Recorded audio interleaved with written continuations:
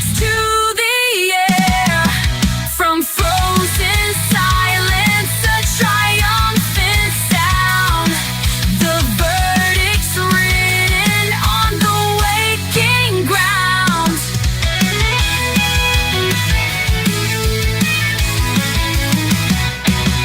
The witness stand, a garden newly tilled. Each memory a seed now forced to grow. The web of lies so carefully distilled begins to fray, the hidden colors show. The spring equinox brings the scales to bear. Justice march, truth takes to the air. From frozen silence, a triumphant sound. The verdict's written on the waking ground.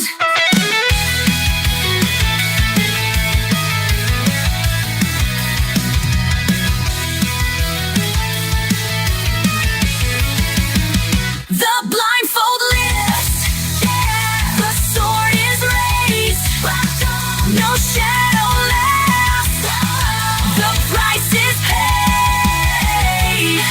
The verdict's written on the waking ground. Justice marches, justice marches. Renewal comes with the turning tide. And in the spring, there's nowhere left to hide. Good morning. Audio is loud and clear. Hello, everyone, and welcome to Phoenix Talks. I am your host, Phoenix, today, and I have got a powerhouse live scheduled for you. You know, I never disappoint. But let me tell you this, for every single one of you that is here for God knows what reason, to listen, to troll, to get educated on some topics that were hot in the Idaho 4, things that don't make sense, the narrative they sold us doesn't add up.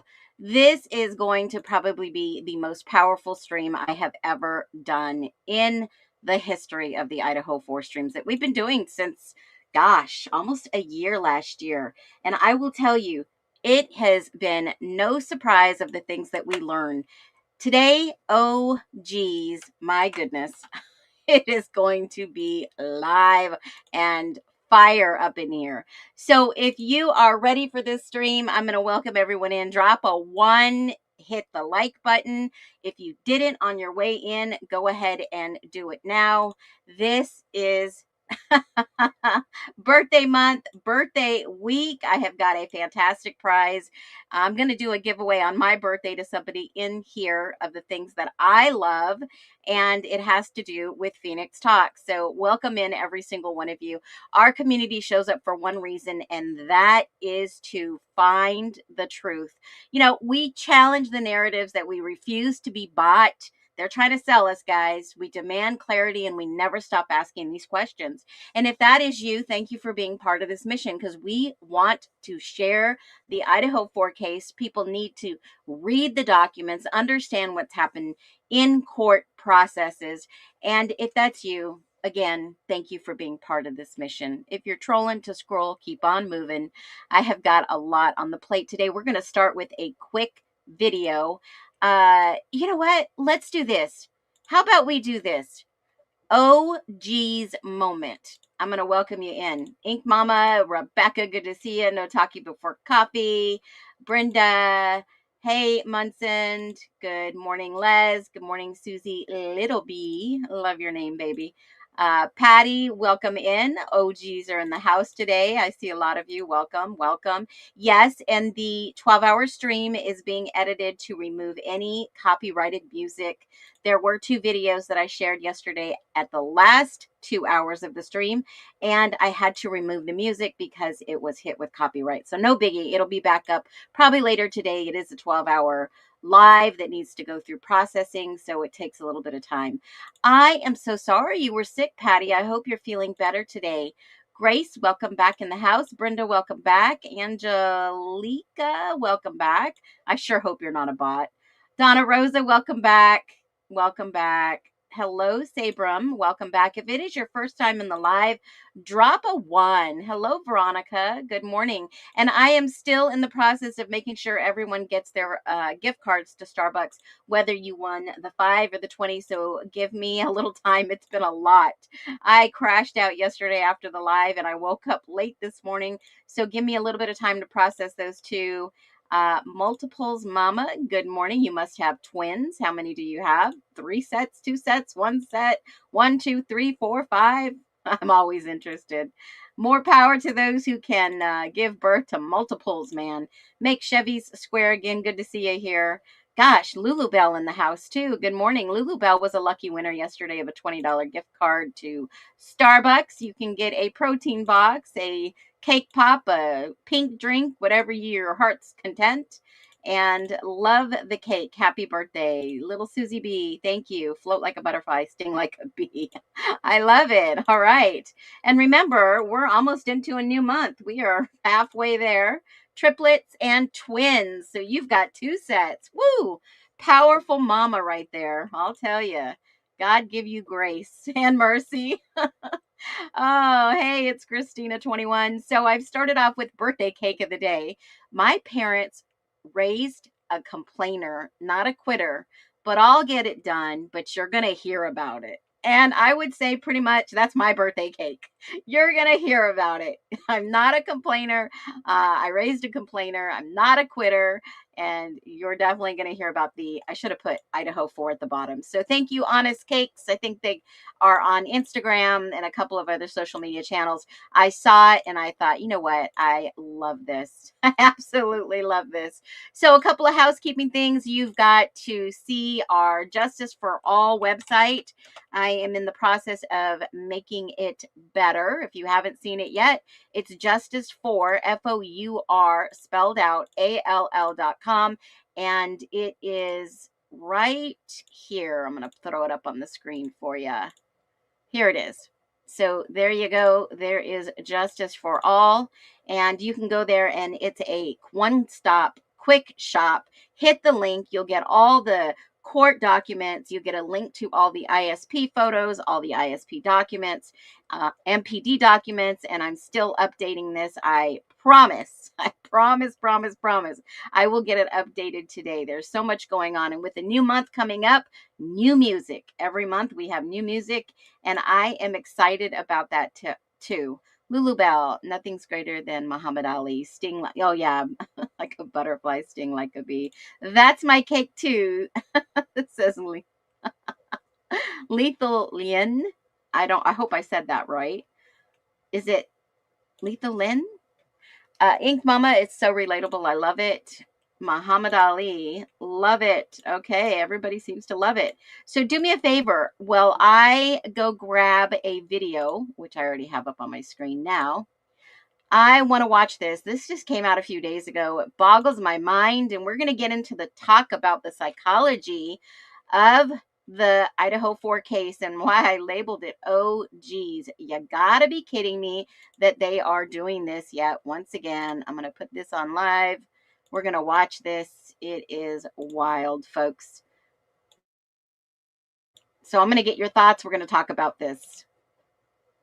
Let me rewind and... This is big. Now, as you may know, it has been 40 long days since 84-year-old Nancy Guthrie went missing from her Arizona home. And while we still haven't learned who allegedly kidnapped Today's Show host Savannah Guthrie's mother, we have learned something else. We have learned a pretty astounding revelation about another case that you're probably familiar with and may now relate to what we're talking about, because it turns out News Nation viewers aren't the only ones who think that Bryan Enton's reporting is top-notch, because apparently quadruple murderer Bryan Kohberger is also a fan of our intrepid reporter. You see, Kohberger was apparently watching videos of Enton covering his case before he was ever arrested for the brutal murders of 4 college students, which I gotta say, more than a little frightening, right? But it does raise an interesting question. Could Nancy Guthrie's alleged kidnapper also be watching Enton's coverage of this crime? He's been on the leading edge of every new development, so it would make sense that whoever took Nancy has been following him in hopes of staying ahead of investigators, right? Joining me now for more on this revelation, this strange revelation, is News Nation senior national correspondent Bryan Enton. Bryan, my gosh, how did you learn that Kohberger was following you?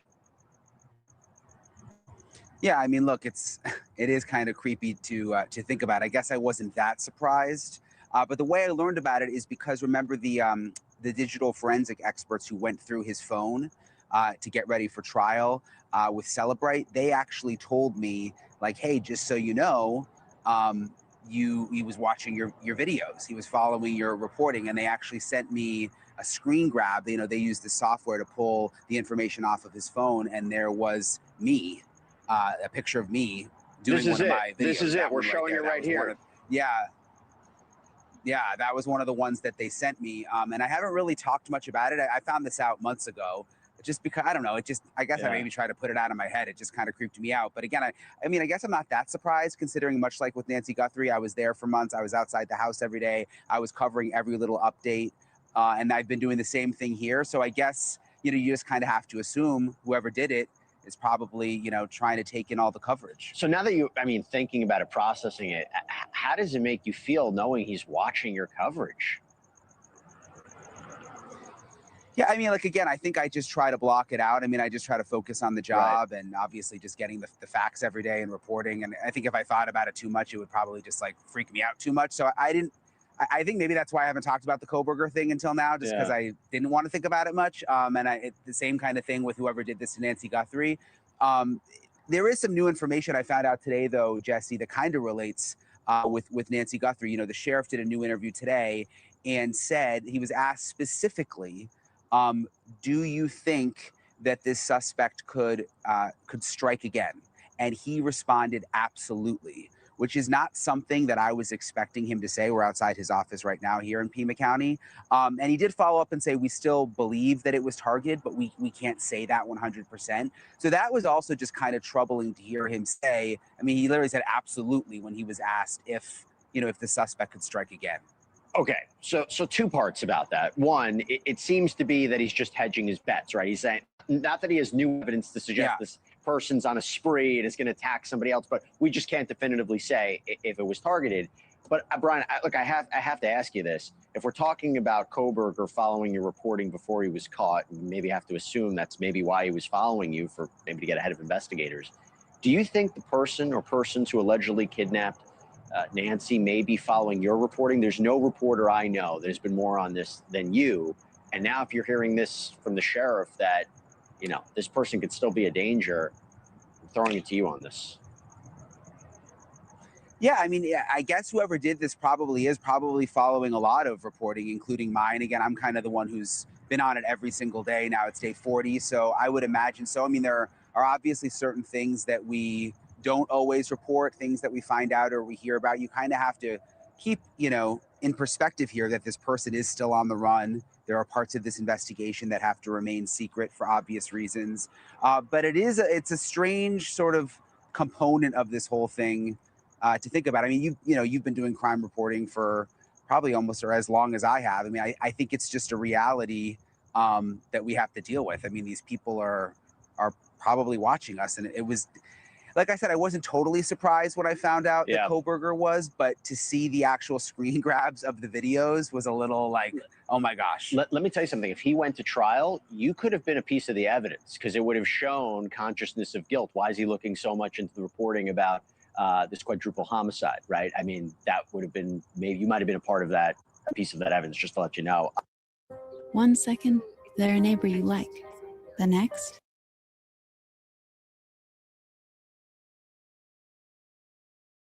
Yeah, just to let you know, by the way, you're going to hear about this because nobody is talking about this. Nobody. Let that sink in, what these two mainstream media, yes, they are on News Nation, mainstream media news has brought to you just 5 days ago in connection with Bryan Kohberger and the new Nancy Guthrie case. Now, people said yesterday that the media was told to leave. It's a public road. How can the media be told to leave? My humble opinion, you're going to hear about it. I'm going to tell you, it is freaking hot in Tucson. There is nobody that's going to sit there and stream in the middle of the desert all day long for 12 hours in the freaking heat. It was okay when it was cooler temps. I'm telling you, your phone overheats, it gets shut down. You're going to have a hard time with electricity out there, water, drinks, food. You're going to have dehydration. You're going to get a heat stroke. Nobody's going to want to sit out there, people. Come on. The media told him, the sheriff told him to leave. God, they weren't given trespassing documents. It's a public road. They were out there for 40-something days. Now, let that sink in for a minute. What we were just told on screen, on the news, because they call themselves the news folks. Imagine this. And this changes everything. It changes everything. Imagine this.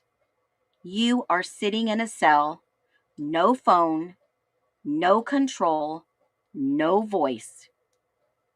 And the only version of you that exists outside the jail walls is the one being broadcasted on TV. Not your truth, not your story, just the headlines. Yes, folks, just the freaking headlines made about you. What do? I'm going to give you a little bit of insight in regards to a jail cell. I'm going to give you a little bit of insight on how the media portrayed Bryan Kohberger to the public, because that's what they were selling on in the case of the Idaho 4. What are your thoughts about that? What are your thoughts after watching that news clip? Drop your thoughts below. I want to hear what you have to think about this reporting, this narrative, because you've probably heard this before. We're talking about how a person becomes a story. Because you've probably heard this. He watches the news constantly. He's fixated on the coverage. But what if that is not obsession? What if that is exposure? Let's ground this in reality. Inside the Ada County Sheriff's Office, in jail, you don't get choices. No scrolling, no searching, no control over what plays. How do I know that? A few people that I've been talking to behind the Ada County Jail told me the routines. You sit, and whatever is on the screen is what you watch. Bryan Kohberger watching Brian Enton. So when people say he's watching, are they asking the right questions? See, repetition does something in the brain. When you see something over and over, your mind labels it as important. But important is not the same as chosen. Here's an identity split. Now, this is where it changes because you're not just watching the news. Bryan was watching himself. It's not about Brian Enton. It's the version of you that they've created, edited, narrated, and constructed. You're watching a stranger. What if this was you? You're watching a stranger being created with your name. That's the media versus reality. Now I can show you the video of Bill Thompson saying we had nothing. See, the media has a job. It's to capture the attention, and attention comes from emotion, tone, urgency, repetition. The more emotional the story, the more it spreads. 4, college students, off-campus housing, murdered in the middle of the night in their sleep. If it happened during the daytime, it would be like, whoa, who did they piss off? Instead, they made it who violated their safe space. Think about this. No one's talking about it. No one. There's an article, What Everyone Missed About Bryan Kohberger. And I could just say, oh, geez, dear Lord, help us all. I don't know if you guys have seen this, but it is from this website that I was just in pure shock last night. It is Conference on Crimes Against Women. Has anybody read this? Has anybody seen this article? It is by a former retired deputy sheriff. This was written in December 2025. Campus safety news, stalking about this conference. Holy freaking moly. Speakers. They have a whole conference on crimes against women. Wait a minute. What happened to Ethan yet again? What happened to Ethan in this yet again scenario? Let's talk about this for a minute.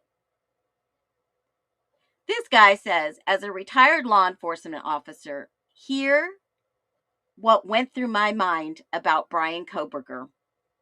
Why that house? Why pick those women? Ignored Ethan. Why barge into a home full of people instead of picking someone alone? What the frick? I'll drop the link. Let me copy the link. I'll drop it in the chat real quick if anybody wants to read too. I'm not going to read all of it, but I'm just letting you know that this is present on the internet for the world to go read. It is about awareness. And he says, because Bryan wasn't looking for an easy kill, he was looking for performance. And that's what rattled me. Obviously, this is someone who has not read the court documents. And he says, that is almost unheard of for a first-time murderer. The guy wasn't sloppy, aka disorganized killer. He was so freaking sloppy in this case. He actually left. I'm going to get a little feisty this morning. I hope y'all don't mind. And it may sound like I'm yelling because I am. And like I said before, you're going to hear about it. You're going to hear about it. Because Bryan Kohberger was such a lone wolf, he left sloppy 4 unknown DNA. Well, let me back up. 3 unknown DNA. And got rid of tons of evidence to fill 3 dumpsters. Killed 4 people, over 200 plus stabs in under 7 minutes, and did all of this cleanup, all of this. Oh my God, I'm going to lose it. I'm going to crash the frick out today. He was able to do this in ninja terms. But this retired sheriff said this guy wasn't sloppy. He hasn't read the paperwork. It wasn't a crime of passion. He's going against the narrative they sold us. Well, they sold it and then they retracted it. No, it wasn't a crime of passion. They kicked out the mayor. He wasn't a jilted lover. We know that there was no connection per the Moscow Police Department and the ISP. This wasn't his breaking point. This is what this sheriff, Joy Farrow, and you know what? I'm going to look up Joy Farrow. I want to see who this is. I bet you that it is a woman. Let me just take a look at this because I didn't look this person up. Ah, yes, it is. Yes, it is, folks. It is a woman. There you go. This is retired Joe Farrow. All right. Allegedly, let me just look a little bit deeper. That was the first picture that popped up. Yep. Another book they wrote, Street Smart Safety for Women, The Guide to Defensive Driving. Joy Farrow was all right here in black and white. Retired deputy sheriff with 28 years of experience. She worked road patrol in Pompano Beach, Florida, and faced every situation imaginable. After 9/11 tragedy, Joy transferred to the Fort Lauderdale Hollywood International Airport with the Broward County office to focus on safety air for travelers. In 2017, Joy assisted the aftermath of the mass shooting at the airport. She received numerous letters and commendation for several life-saving awards. She was one of the featured speakers at TEDx Eustis Conference and speaks on women's safety. And here, some video, I have to block out the sound. Here is some video showing the actual conference, The Danger of Ignoring Your Safety Intuition. Joy Farrow. So if you guys want to see that, you can go watch that. I'll drop it in the chat because I believe in having every resource that we use at your fingertips, just the same way I find them and use them. So going back to this article, let me go back to the original article, which just kind of blows me away in itself. All right. She goes on to say, a woman speaking about this, but I bet she hasn't read the court documents, which is kind of sloppy, right? The murders were calculated, rehearsed, and executed with a level of planning that most first-time killers never come close to, historically at any rate, which is exactly the point that didn't feel like his first-time kill. Well, do you know, folks, that they even went back to Pennsylvania to look at unsolved cases to see if he was tied to any of those? Did anything come of that? Do you guys remember that in the case? Anybody remember that? Drop a 1. Drop a 1. I mean, we're just uncovering all kinds of stuff here, folks, today. Stuff that we all should be aware of. He didn't snap, he stalked. That's what Joy says. Joy, there was no proven connection. Koberger surveilled that house 23 times. Not once, not twice, 23. She's repeating exactly what the narrative was sold. He bought a military-grade knife. He wore a face mask. Oh, now he wore a face mask, not a baklava. He turned his phone off when approaching the scene. Wow, he was on the opposite side of the town. And he took a picture. The house wasn't isolated. The women weren't alone. It was a multi-story house with multiple entrances. It wasn't a random crime of opportunity. And to be repetitive, because this is so important, this is not the historical work of a rookie killer. Well, please show us the proof. We the people, God damn it, we want to see the truth. We want to see an ounce of this truth and how Bryan Kohberger did this with everything in the court documents that says something totally different, except that one little tiny trace DNA that is highly suspectable. Please do tell me. Law enforcement saw a man in control. This guy used his criminology education as camouflage, and like so many predators, had two faces. Professor Pet by day, predator by night. And like many criminals, he didn't escalate out of control. He escalated with control. He didn't react. He choreographed it. Holy moly. Wow, what a filtered bunch of mess. What a bunch of mess. I could go on, but the more I go on, it's just making me angry that this person is pushing a conference on crimes against women. Then she goes on to say, here's why this case is different. Did she not see the shoddy work of this investigation and a tainted crime scene? A contaminated crime scene. Contaminated crime scene. I want to see where Joy, if she went to college. Let's see. I'm just a little curious. Former deputy sheriff, 28 years experience. Was in technology in the Army. What? You have got to be kidding me. Retired deputy, 28 years of experience. Aftermath, Joy was an encyclopedia.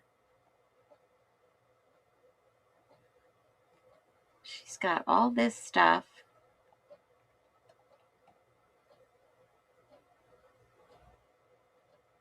This is wild. It says right here, 28 years. Technology in the U.S. Army, worked on road patrol in Pompeo Beach, Florida. She is a survivor. I'm waiting for this to load. Wow. This blows my ever-loving mind. And you know, I'm doing a really live dig right now. This is like on the fly, not scripted. I didn't even get a chance to look into this very much. So let me shut my office door. Hold on. Okay. So it says a little bit more about her on a couple different websites. I'm just trying to see what her background is. In the Army, working for road patrol in Pompeo Beach, Florida. Street smart safety for the danger of ignoring your intuition. Oh man, I can have a lot to say. She's on Goodreads. Hold on, let me look. Not much about her there. Not much about her history. I want to know a little bit more. I'll have to probably table this and save it for later, guys. Let me type in U.S. Army and let me see what I get.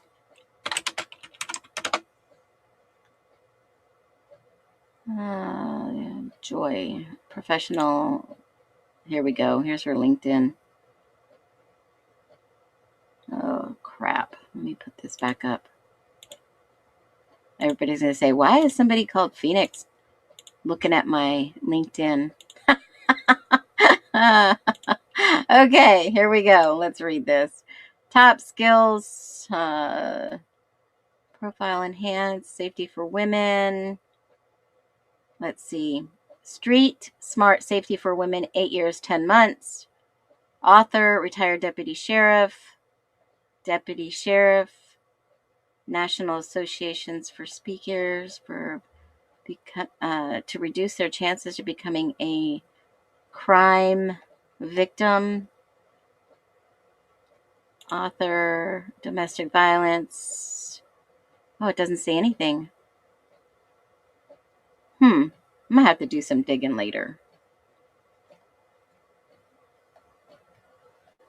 Smart safety women, survival skills. Looking at the things that she reposts. There's no such thing as a little fight. Let's see what else she posted. Misogyny in law enforcement. She survived and why many don't. Okay. All right. I'll do a little bit more digging, but I'm going to go back to the original article that I found that I was like, this is wild. I mean, what do you guys think of this so far? right? Because Bryan pled guilty. What are we looking at? Caleb, why is this now? Okay, I'm so upset with it all. Hit the like button. Like Bryan slapped on those clip-on fog lights. Hopefully you guys heard that tomorrow. Joy is not smart to defame someone. She's going along with the narrative. Money in her eyes, coveting for her boys in blue. The blue extends from shore to shore across the nation. Go Joy, in my humble opinion. Unscripted is the best. I believe that. Part of the system, only a person be a crime reporter and just steal others' headlines. Absolutely. Probably backed. She's a company man. They stalk. You guys are on fire today. Forget about me being feisty. You all are on fire. Oh my God. You make my job so much easier. Okay, so then she goes on to say law enforcement, how they caught him. This is how I want to know how they caught him. What evidence did they have against him? You know, I have been watching the online debates, guys. We've got people commenting on people's videos that are trying to spew the narrative still. And they are coming back with some amazing, successful, literally just phenomenal comebacks. I mean, factual comebacks, like documentative factual comebacks. It's in the court records, folks. So they basically said the FBI pieced a suspect together, Koberger, a university teaching assistant. Quickly, it took him 6 weeks. They put him under surveillance microscope and watched his every move. Oh, when he was on vacation, and they never put out a bolo on the car. Be on the lookout for this car. Let us know.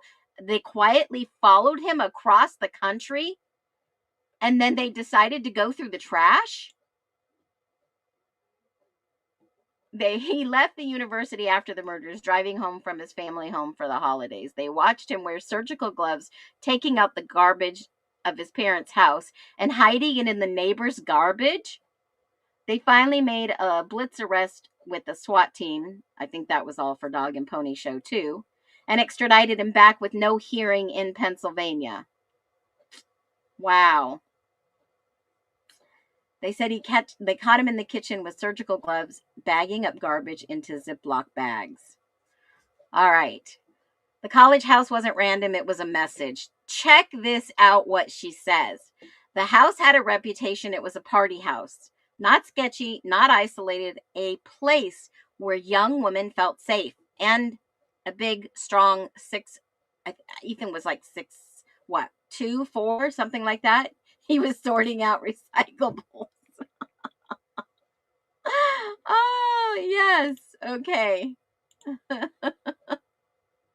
There's no way that the FBI got his name from IGG because they didn't have it at the time. They had to go through the trash, get the DNA, and then go arrest him saying it was his DNA. They needed the trash. Now they're saying surgical gloves. Yeah, right, Les? Yeah, he took out Ethan, 6'4", big guy.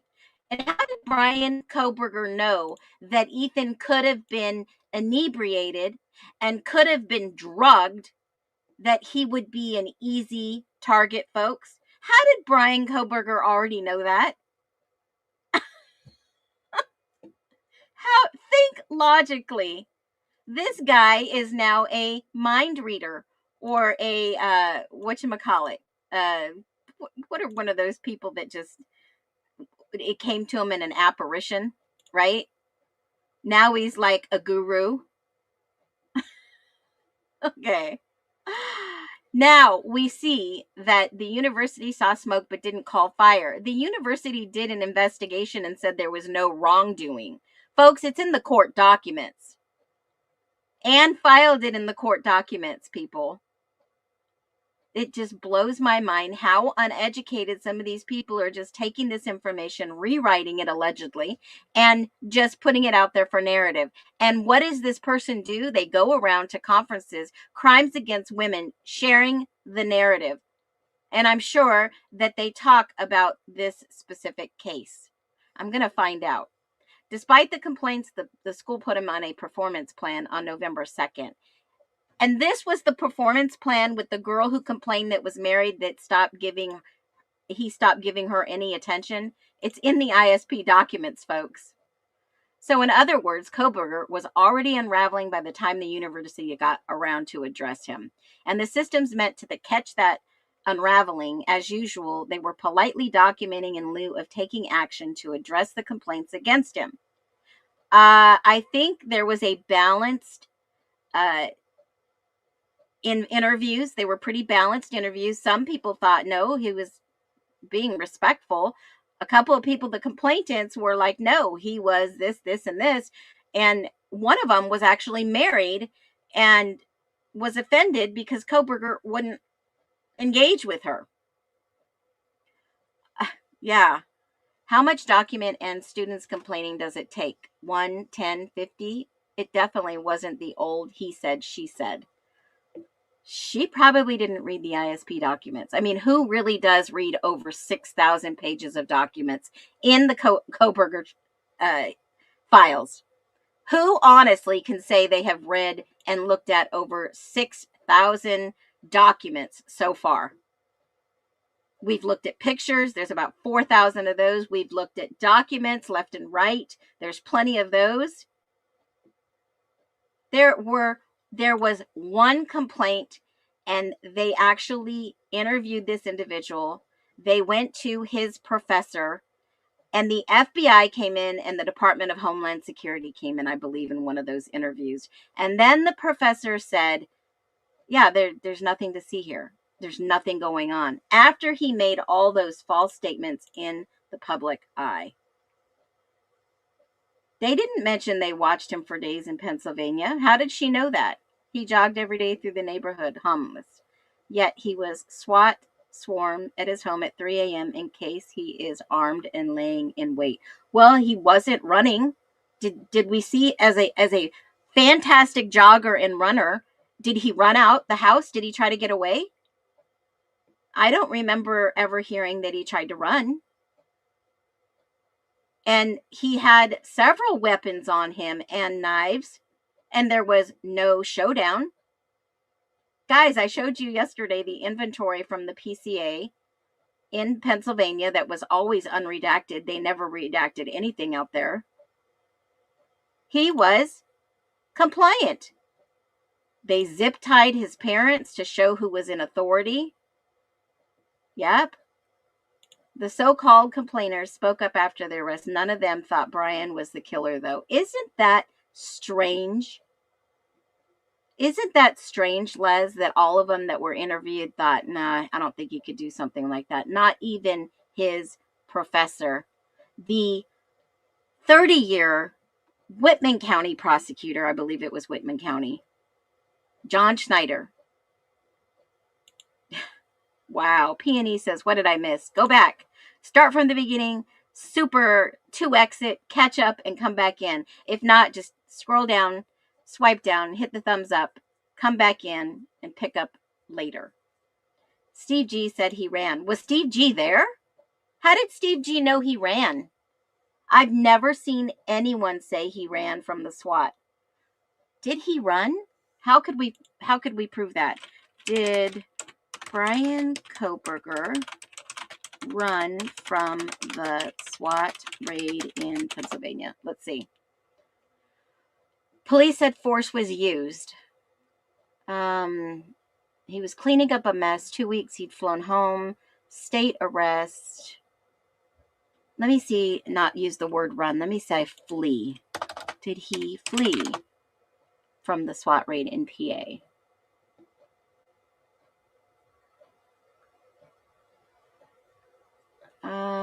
I don't see anything that said ran or fled. Multiple windows were broken, I believe, to gain access as well as doors. I don't see anything saying cop seized Bryan Koberger's underwear from parents. Okay. Medical gloves, a flashlight when they raided. That was the New York Post. I have not seen or heard anything that he fled.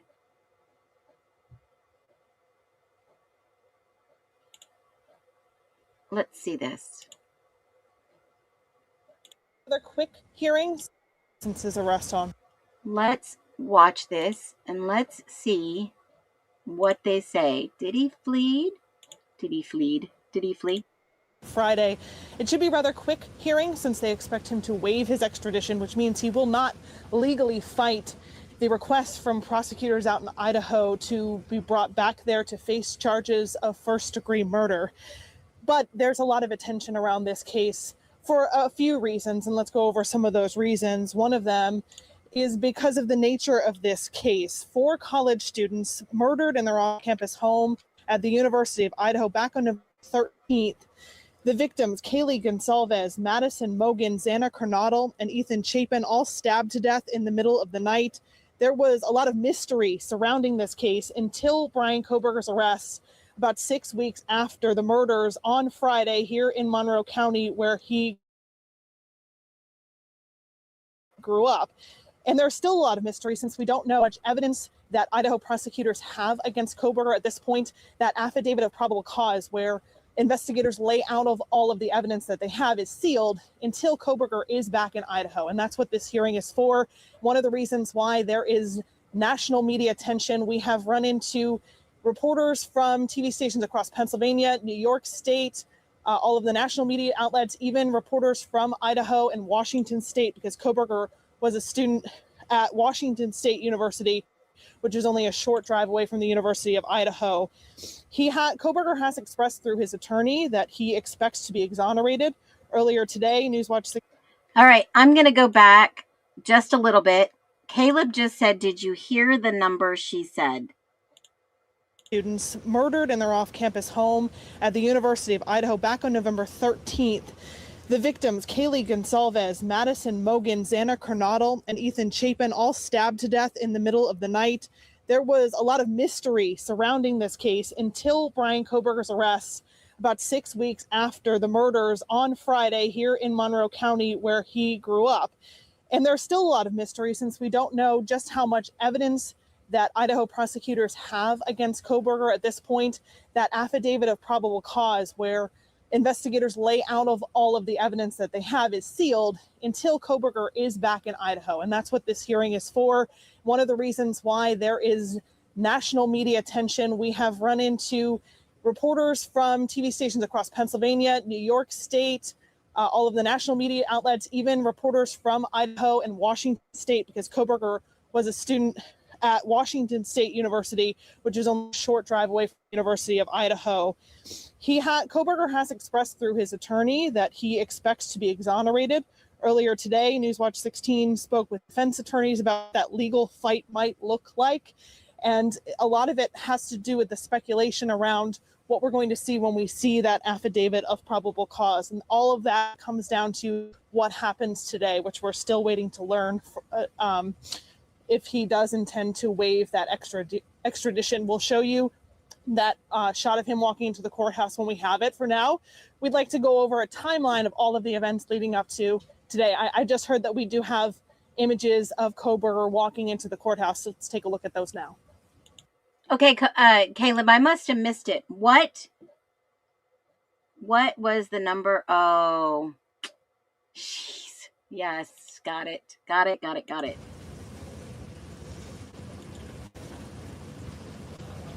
And so I guess it's important to point out, Cesar, that he's been in police custody since last Friday. So he is actually being moved from the correctional facility to the courtroom for this extradition hearing. It's our first look at Kohberger in person. We certainly have seen his picture many times since his arrest on Friday. But that is the gentleman, tall, slender, college age, maybe a little bit older than college age student, young man from our corner of the country, charged in this unthinkable crime. We're told his family is also in the courtroom. This is the Kohberger family entering the Monroe County Courthouse. They would have been parked down the block based on the homes that are surrounding Courthouse Square. But look at the media that they have to walk through to get into one of the side doors of the courthouse. My goodness, it must be quite the scene in Stroudsburg. Let's go back to Newswatch 16, Stacey Lang. She has more from Courthouse Square in Stroudsburg. Yeah, Scott, you said it. It has been quite a scene today. Not your typical day in downtown Scranton, downtown Stroudsburg. I'm sorry if you're familiar with this area. All of the streets around the courthouse have been blocked off for security. Only media and people going in and out of the courthouse have been down in this area. A ton of media, and we talked about that media attention because of the nature of this case. It gripped the nation for 6 weeks. So we're going to take a look back now at the timeline of all that has happened leading us to today. The sun rose on the morning of Sunday, November 13th, to a gruesome scene at a house in Moscow, Idaho, an off-campus home near the University of Idaho. 4 students from the university had been found stabbed to death. The victims, 20-year-old Ethan Chapin, 21-year-old Kaylee Gonsalves, 20-year-old Xana Kernodle, and 21-year-old Madison Maddie Mogan, all lived together with 2 other roommates. Chapin was a first year, Kernodle a junior, and Gonsalves and Mogan were seniors. Investigators say 2 victims were found on the 2nd floor of the home and 2 on the 3rd floor. Immediately after the murders, Moscow police said there was no threat to the community. That statement changed days later, bringing the case into the national spotlight as the mystery unfolded. Questions surrounding the surviving roommate swirled. Look, and on this footage, guys, did you see what I showed you? Watch the footage when they pan. Hold on a minute. I missed it. Shoot. Watch when they pan the street. Immediately after the murders, Moscow police said there was no threat to the community. That statement changed days later, bringing the case into the national spotlight. Look at the underwear right here. What is that right there on the ground on the left side? The left side of this screen right here.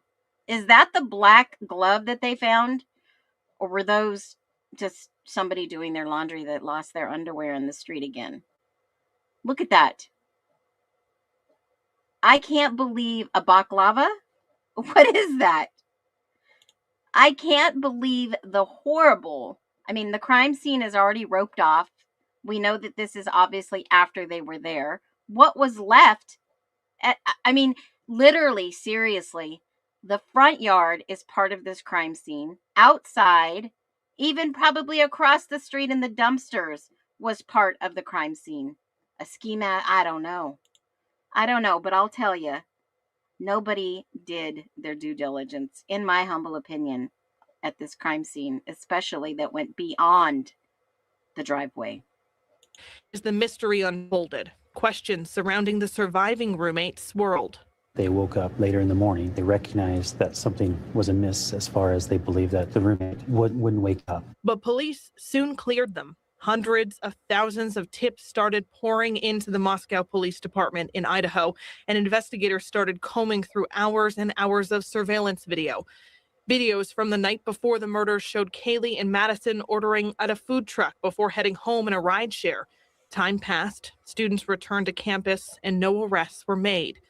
Steve Gonsalves, Kaylee's father, expressed frustration with the Moscow police for a lack of communication. You can't imagine sending your girl to college and then they come back and earn. December started with investigators returning some items belonging to the murdered students back to their families. Then a slight break in the case. Detectives announced they needed help locating a white 2011 to 2013 Hyundai Elantra that was spotted near the murder scene. Investigators believe the driver or any possible passengers had critical information regarding the case. Then body camera footage from September was released, showing police responding to the home for the second time that night. Xana answered the door. You can hear you from clear down the road when we were coming up here. You can hear the music, and that's... I'm so sorry. 6 weeks passed. A TikTok video gained traction blaming a professor for the students' murders. Police say she was not involved in the crime, and a defamation lawsuit was filed. More tips flowed in. Then, on the morning of December 30th, an arrest was made. 28-year-old Bryan was arrested in the Poconos. According to ABC News, officials in Idaho knew who they were looking for and tracked him down. Local police and the FBI made the arrest, and Koberger was arraigned before a magistrate in Monroe County. He was taken to the Monroe County Correctional Facility and placed on suicide watch, which officials say is standard procedure. On Saturday, the Monroe County public defender who is representing Kohberger at his extradition hearing told Newswatch 16 his client does not plan to contest his transfer to Idaho. In a statement, lawyer Jason Labar said Kohberger, quote, should be presumed innocent until proven otherwise, not tried in the court of public opinion. Mr. Kohberger is eager to be exonerated of these charges and looks forward to resolving these matters as promptly as possible. Then on Sunday, Kohberger's family released a statement through his public defender saying, quote, we care deeply for the 4 families who have lost their precious children. We have fully cooperated with law enforcement agencies in an attempt to seek the truth and promote the presumption of innocence rather than judge unknown facts and make erroneous assumptions. Kohberger has remained locked up in the Monroe County Correctional Facility.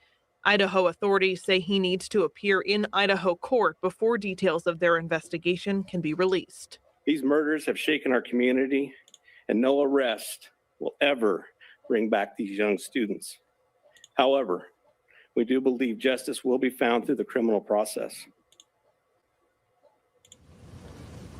Now, about 30 minutes ago, we saw the Kohberger family, who is from Chestnut Hill Township here in Monroe County, walk into the Monroe County Courthouse. Bryan Kohberger has 2 sisters, a mom and a dad. They were all together coming into the courthouse. We have heard from courthouse sources today that none of the family members of the 4 victims are here in Monroe County for this hearing today.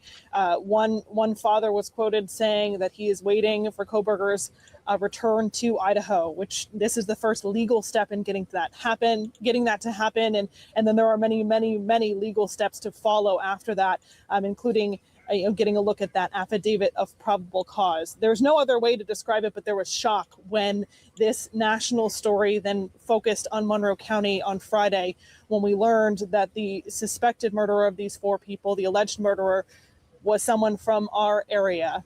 And this has been a pretty wild couple of days for Monroe County, and today in particular because of the media attention around the courthouse behind me here in downtown Stroudsburg. So let's take a look at the impact that this had on Stroudsburg today. Stroudsburg, the so-called heart of the Poconos, is used to people visiting from all over the country, but not like this. The extradition hearing for Monroe County native Bryan Kohberger caused the borough to come to a standstill. Streets surrounding the county courthouse were shut down to allow for media from across the country and extra security, while the man accused in a quadruple murder in Idaho goes before a local judge. For some here in the Poconos, this is the kind of activity they moved here to avoid. I come from New York City, where when 9/11 hit, you get what I'm saying? It's hitting me. It's Mount Pocono. I came here for safety. While the extra security was welcome, it also made for an unusual day in Stroudsburg's business district. Well, it's been really slow here in town. The police shut off the whole block to keep everything safe. And while we appreciate safety, it really slowed down business for us. The owners of Pocono Soap spent the slow day doing some inventory and planning for the new year, and hoping Kohberger's extradition goes as planned. Yeah, I'm excited to have this guy out of the state. And Stacey, we should also There's a bit of a lull down here in downtown Stroudsburg. Lisa, I'm sorry. No, I was just going to say we should also point out that you are the. Now, keep in mind, folks, I've only played about 10 minutes of this. This has got, and let me drop this link down here for you. This video is pretty long. It's about an hour and something long, but it's got some great clips in here that was put together. And this was actually, let me just see, hold on a minute. This was actually posted on January 3rd, 2023. So this has got a lot of great clips in the early beginning. So the point I wanted to make is this is what the media back in Pennsylvania was sharing. They, in my humble opinion, were sharing factual information about the case progressing. They did have some sprinkles of obviously the narrative of the media, but it was the tone, the urgency, the repetition, more emotional part of the story with the shopkeeper. See, the more they put it on the air, the more it spread. And they bombarded us with what? With a ton of social media entertainment, crime, true crime entertainment. But here's the reality. Here's the reality of it, folks. This little repository has all the records, court records that is, of the court reality that was happening behind the scenes that maybe you were not exposed to because you didn't know. And I'm going to drop this link also so everyone has it. You can get through this link on Justice for All. It's a pass-through link. This is the actual link to the repository. Either one of these, I mean, you can watch the video, go to the repository, research for yourself, you know, gather your own opinions, because I'm not going to tell you how to feel, how to look at something that I'm trying to show you. You have free will and you get to decide for yourself. But for those of you who have never been to a stream and just walked into this stream and said, what is she talking about? Talking about the Idaho 4 case and how to educate yourself on this case, then you can ask the questions that millions of us, yes, millions of us, already starting to ask, whether it be day 1, day 365, day 900 and whatever. We have all been asking the question, something isn't right. And if you asked yourself that question, drop a 1 in the chat. I want to hear how many people knew in their gut instinct something was just not right in this case. I want to show you something very interesting. But in the courtroom didn't run on emotion. They run on evidence. And those are not always aligned with the media. What trends online is not always what holds up in court. If you remember Judge Hippler giving the rundown of, you're not going to call my court, drop a judge. Just type out judge in there. He was very serious at the plea hearing. I'm going to go pull it up. I just thought about it, so it's on the fly. This is a live dig. And he basically says, look, you can't call my office. You can't persuade me to do something that's not within the law. You can't, at the plea hearing, you can't call my office and expect me to do something. Basically, I'm paraphrasing. He said, I have to go from within the law. And he was serious. He was pissed that people were trying to get others to call his office to persuade. It was wild. I have never seen anyone get, that is like a no-no. That is like voodoo. I mean, not voodoo, taboo. It is like bad juju, right? And it just blows my mind that people were actually calling, thinking they could get a judge to change their mind and not accept a plea deal at the plea hearing. Right? I mean, that day kind of blew my mind, because he was pretty darn upset. I'm not going to play the video. I think we've all heard Judge Hippler say this. Can we petition a class action on behalf of Bryan Kohberger? You know, that's a good question. I don't know. I'm not a legal expert. Not going to claim to be. Have no idea. But I will say, that's a great question. We should probably ask one of the lawyers that have been following in this case. There's a couple of them that we've engaged with. I could probably say that, you know, look into it. We can always ask. We can always ask. Let me just pull this up.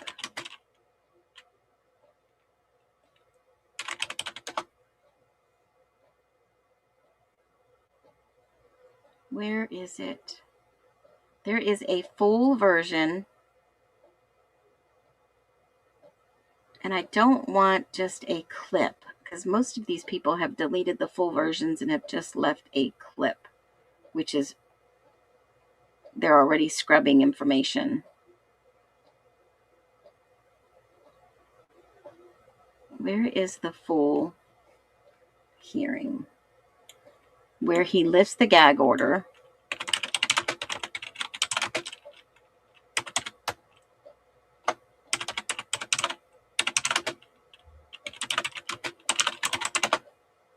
Here it is.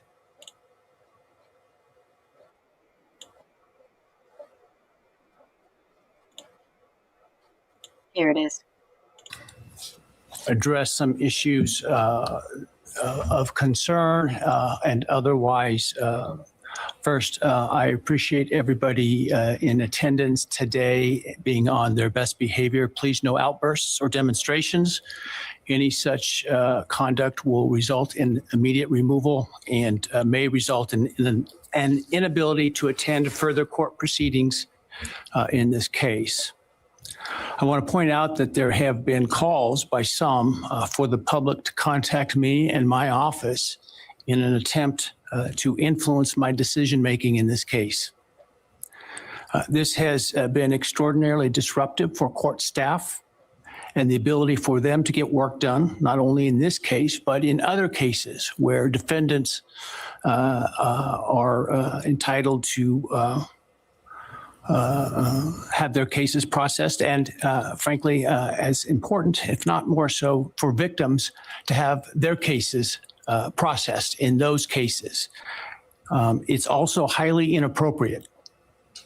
A court is not supposed to, and this court will never, take into account public sentiment in making an opinion regarding its judicial decisions in cases. Courts should, and I always will, make decisions based on where the facts and the law lead me, period. I have not read any of the numerous messages nor listened to any of the numerous voicemails that have been sent to me and my staff. Those have all been forwarded to security and, where appropriate, to law enforcement. I ask that you not continue to mount such campaigns or to send me information like this, because, again, it is not appropriate and, frankly, not something I would take into account when deciding a matter in a case like this. I also want people to understand some very basic concepts about the ideas of separation of powers, and what the court's duties are, and what the duties and the rights of the executive, or in this case, the prosecuting attorney, is. The executive, the elected prosecutor, is the sole authority in deciding what charges to pursue, including whether, as well as what penalties to ask for, and what penalties to pursue, including the death penalty. So basically, he's saying that the district attorney has more power than the judge who is appointed. The district attorney has the power of the law. The court cannot require the prosecutor to seek the death penalty, nor would it be appropriate for this court to attempt to do that. This court, in considering a plea agreement, if it were to reject this plea agreement, cannot force the state to seek the death penalty.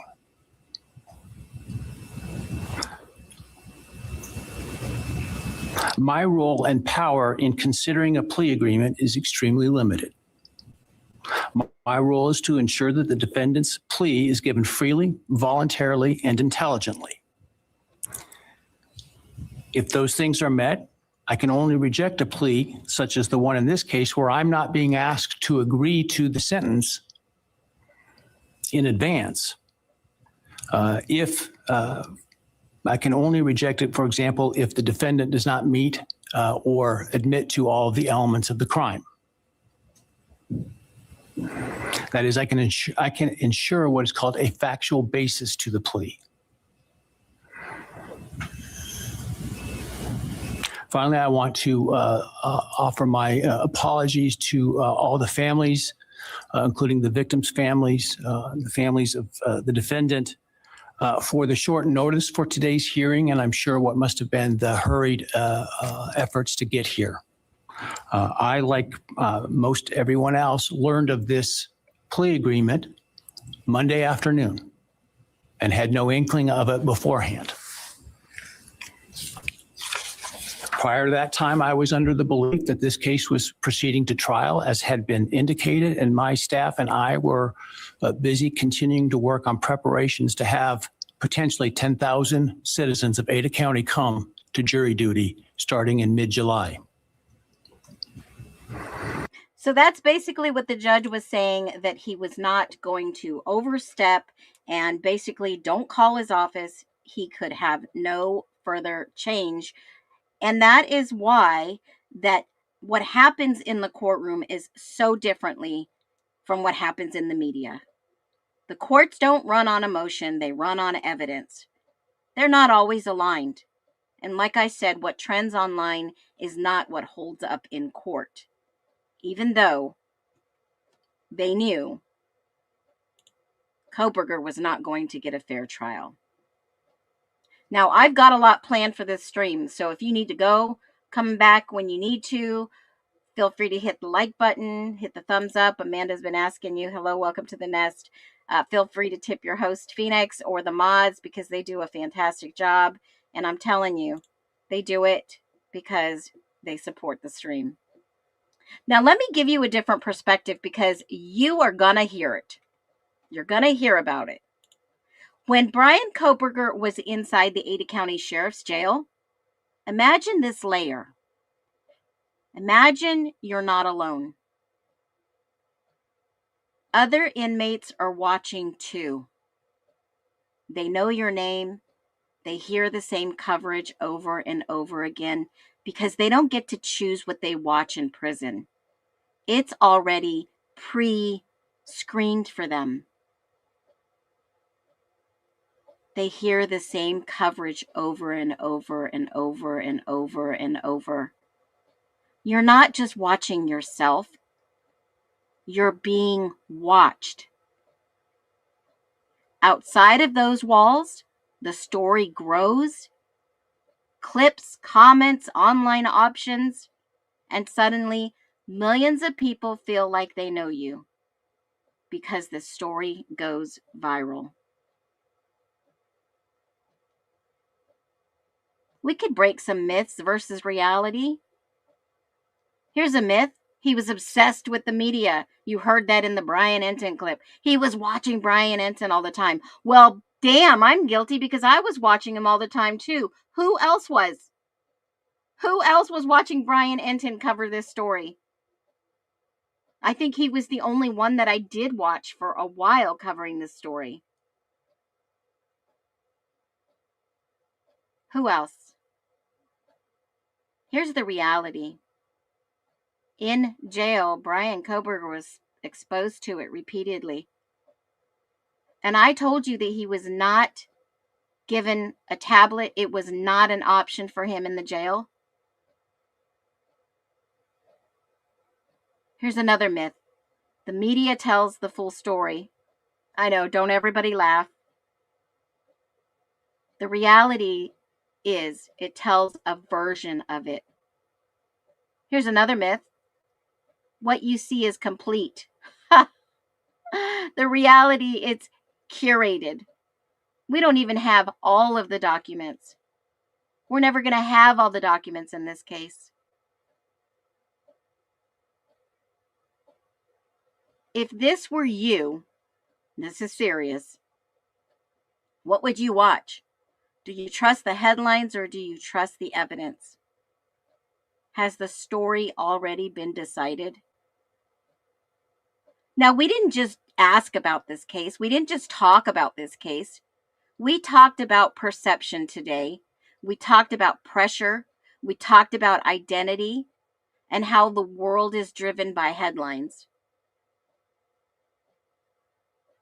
We talked about the truth. The truth can get lost. Let that sink in. This is where it changes. This is where no one is talking about this. It doesn't add up. What I'm going to do is, someone sent me this last night. I thought it was very interesting to talk about. There is a court action in the case involving Stacy Chapin and Karen Laramie. Has anybody heard about that yet? It was sent to me late last night, and I want to talk about this real quick. I did a little bit of research last night and this morning, and it is very interesting. There is a media agency, and they typically have a YouTube channel. They put out body cam footage of cases, and they are suing Moscow Police Department. And they have Karen Laramie, James Chapin. It is in the repository, which is very interesting. There's a hearing that took place on the 13th, and I've asked for the case file. We'll see if they give it to us, because I know that it's highly public. There's going to be another hearing in May, and I believe the reason that they added Karen and the Chapins is because they are the ones that are literally blocking. Yes, they have a restraining order against the court to not release pictures of their children in the Idaho 4. And this is an active, true case. Active, true case. And let me just go ahead and give you this one. EWU Media Company has even gone up against the FBI. Now, I have never seen any of their videos on body cam. And yes, the Laramies and the Chapin, Laramie and the Chapins are part of this case. And it is because they do not want their children to be exploited, released to the public. They want to keep this very private. And we know that there is public law that wants to be changed about privacy in regards to murders and evidence and information. And we also know that, there's been a history of people trying to make new laws to prevent public information from being released. Now, if they do this, how are we supposed to keep the government or the municipalities in check, doing the right thing? They're asking the court to intervene and circumvent the order that is in place for the restraining order to release anything from the MPD. Now they're going and suing MPD, saying that they are violating civil rights to FOIAs, and basically going to expose this whole case. That is what EWU does. So I don't know what the outcome is. I will be watching for that outcome. And you know me, you're going to hear about it, because this involves the whole case of the Idaho 4 and MPD in regards to Bryan Kohberger. And I think they should release this information. They should release it. How many other times have we seen crime scene photos with dead people? You don't have to look at it. Some of it's redacted. But this company has said, we would like the documents. Now we're going to sue Moscow, because Moscow has a restraining order in place that they're saying, nope, there's a restraining order in place. We can't release them. We can't release them. And now they have to go up against the Chapins because they are listed as an intervener. We should have this information released. We should be saying, more power to the people, get this information released. We need to know about it. Absolutely. I mean, wouldn't you like to know about what really happened in the Idaho 4? Stop hiding all this BS. Stop redacting all this. You're going to hear about it.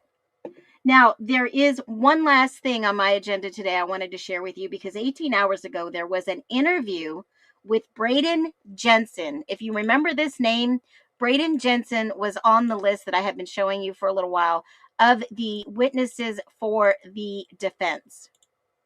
And, oh, where did that document go?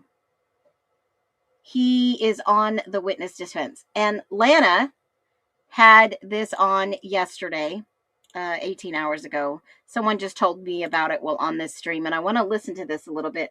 Lana's channel is Truth and Transparency. I don't know the commentary in between this, but I definitely want to hear about this interview. So keep an open mind. I don't always agree with people, but I do want to hear what this witness for the defense would have said. Who else would like to hear? Drop a 1. I will drop her link below. I do believe in supporting other YouTube channels and creators that give us factual information documents from the, I guess this is part of her FOIA request. And it was answered. So let's get into it and let's listen.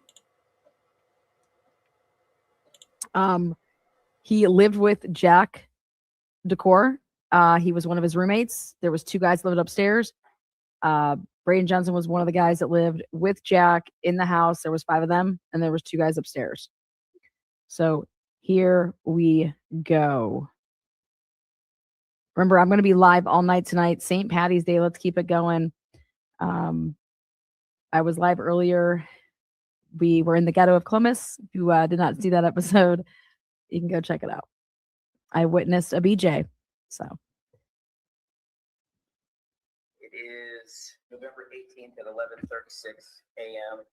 The Idaho State Police Detective Matt Warrenstein and HSI Task Force Officer Sage Collins, and we were speaking with. Could you spell your first and last name for us, please?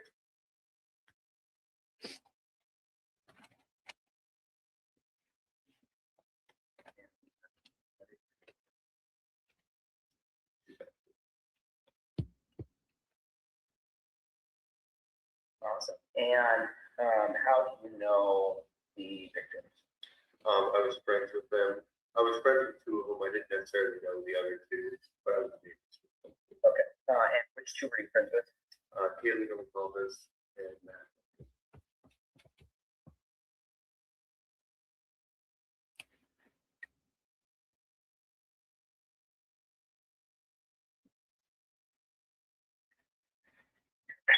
And you said you were neighbors with them as well?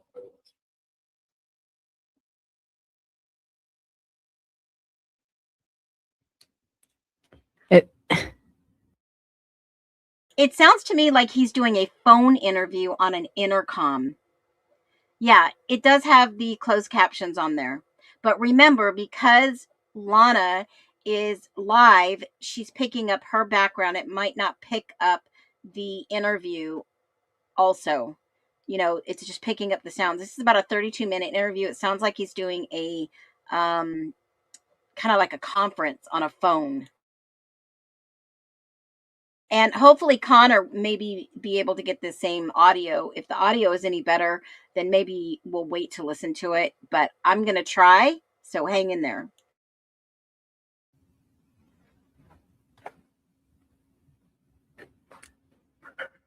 And you said you didn't particularly know the other 2. I knew of them, but not okay. Can you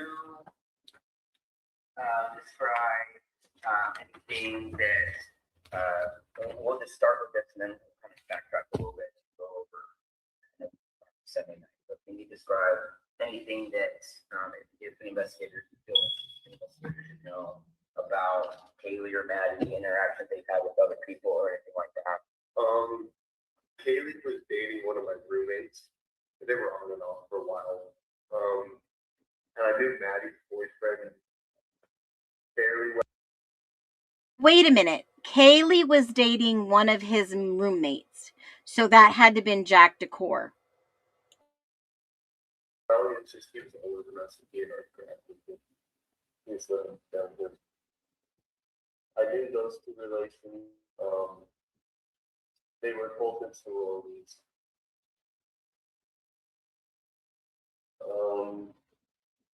I knew Kaylee a little bit better just because my roommate. I think is very okay. And who's your roommate? Okay. I can start.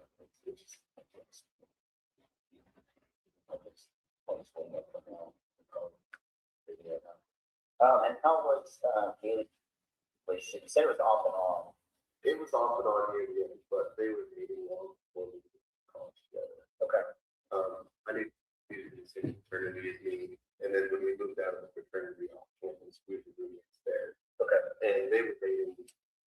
I believe they started dating sometime like junior, sophomore year in high school.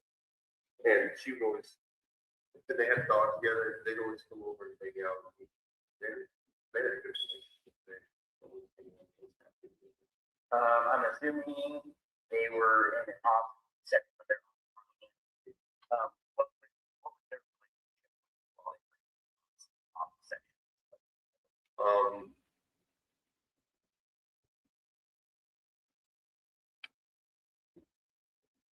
This is redacted.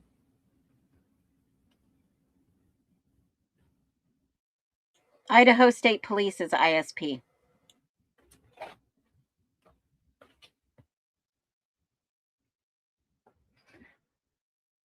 Eight to 8 white thorn will never be the same again.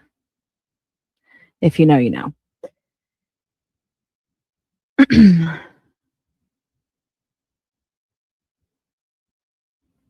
You know, if anything else for Kaylee or Maddie that boyfriend or someone that they got into a fight with or anything like that? I don't know anything about that. I just know that it's two really good friends. Okay. My girlfriend definitely would say more. She would have to mess with them. Did you all notice how he deflected the question? Did you all just listen how he deflected that question? I don't know about. Listen again. You know, if anything else for Kaylee or Maddie that boyfriend or someone that they got into a fight with or anything like that? I don't know anything about that. I just know that it's two really good friends. Okay. My girlfriend definitely would say more. She would have to mess with them. Okay. Went time with both of them? Didn't go directly to the same school, but both of them. Okay. Did you see Kaylee or Maddie at all on Sunday? Kind of either. I saw her on Saturday night. Okay.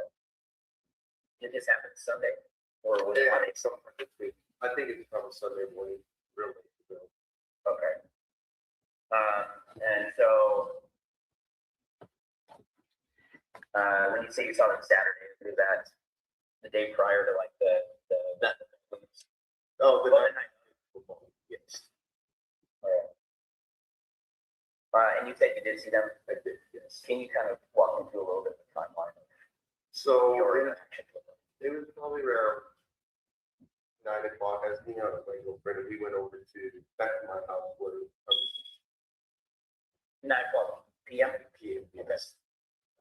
And probably around like 10 o'clock p.m. She said she was gonna head over there and hang out with those two. She said there wasn't anyone else over there besides just those two and the two other roommates. And we were all just kind of hanging out drinking and playing some drinking games. So probably around somewhere between probably like 10:45 to 11. They left, they got a ride to the Corner Club, and then shortly after that, me and all my friends stayed at all right. And at the Corner Club, I talked to them. It was very brief, but I did talk to them. I could see them because my girlfriend was hanging around, and they were all in the same group. Probably sometime around maybe 11:30, 11:45. It was a little bit after we got there. I walked my girlfriend to the bathroom, and those two girls were standing right there. And I just asked them because they had a sorority formal the night before, and so I was on the camp. She's no going to stuff. So I asked how the formal was. Hey, it's been going. All right, yes, what we did. It was pretty brief, like maybe 5 minutes, which is just okay. That was weekend. Let's get up to. Sorry to backtrack a little bit. You said they got a ride to the corner club. Was that from a pledge or from taxi service? It was from, I believe, this guy does Uber, or maybe it's a taxi, but he's always giving this group of girls rides. And he always, like, they have this number, and he has their numbers. Okay. I was more because you kind of get the rides free every once in a while, or whenever other people ask for rides, he always charges them. I've always thought that was kind of weird. He's older. I want to say he graduated from 4 or 5 years ago. All right, probably mid to late 20s. Do you know his name? I don't know his last name. So.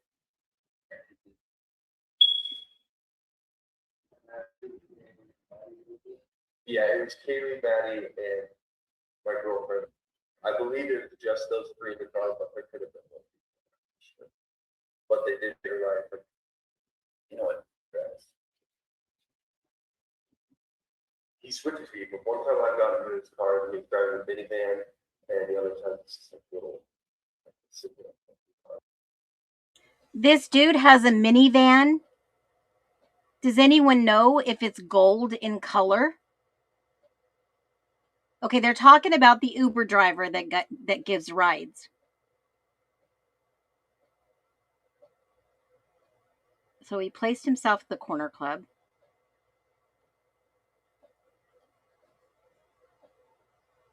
I wonder if that minivan is a golden color. Because remember, Jack D said he would give he'd give runs to dumb girls. Because Jack D said he's seen a gold minivan up by the house before. ISP is a major budget. And there it is. And the truth shall set you free. I don't know if Mark B is in the chat. I'm going to rewind that part right there. They asked, do you know what kind of car he drives? He's always driving something different. And Taylor, you holy shit. I'm going to rewind it. Here it is. One time I got him in his car and he was driving a minivan, and the other time it's just a little. Something like that. You don't know. I want to say silver. I could be off. I don't know. Again, one more time. He switches people. One time I got him in his car and he was driving a minivan. Y'all, did you catch that? He switches vehicles. This guy is super sus. He switches vehicles. That is exactly what Braden just said to the ISP detective. He switches vehicles. Holy shit.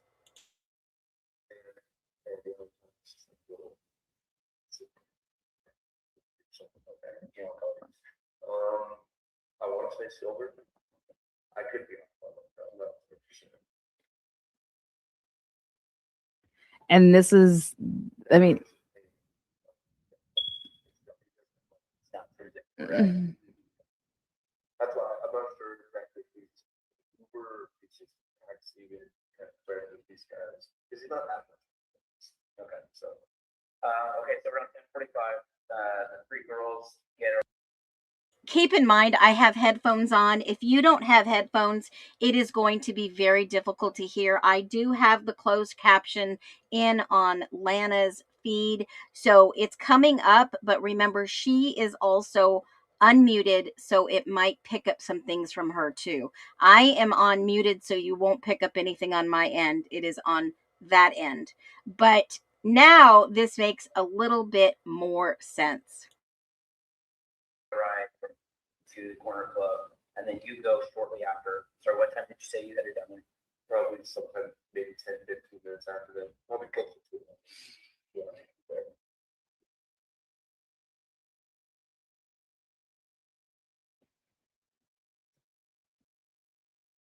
And this is And then you redacted. said you'd been there for about an hour. A little 5 minutes, roughly an hour. Okay.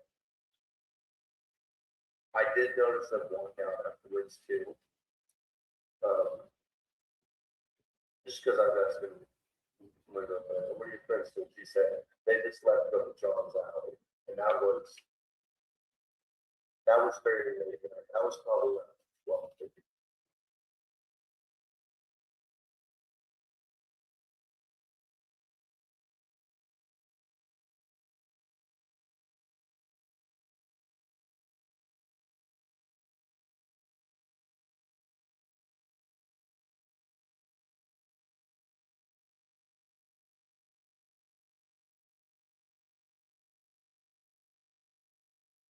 Okay, so let me just get this right.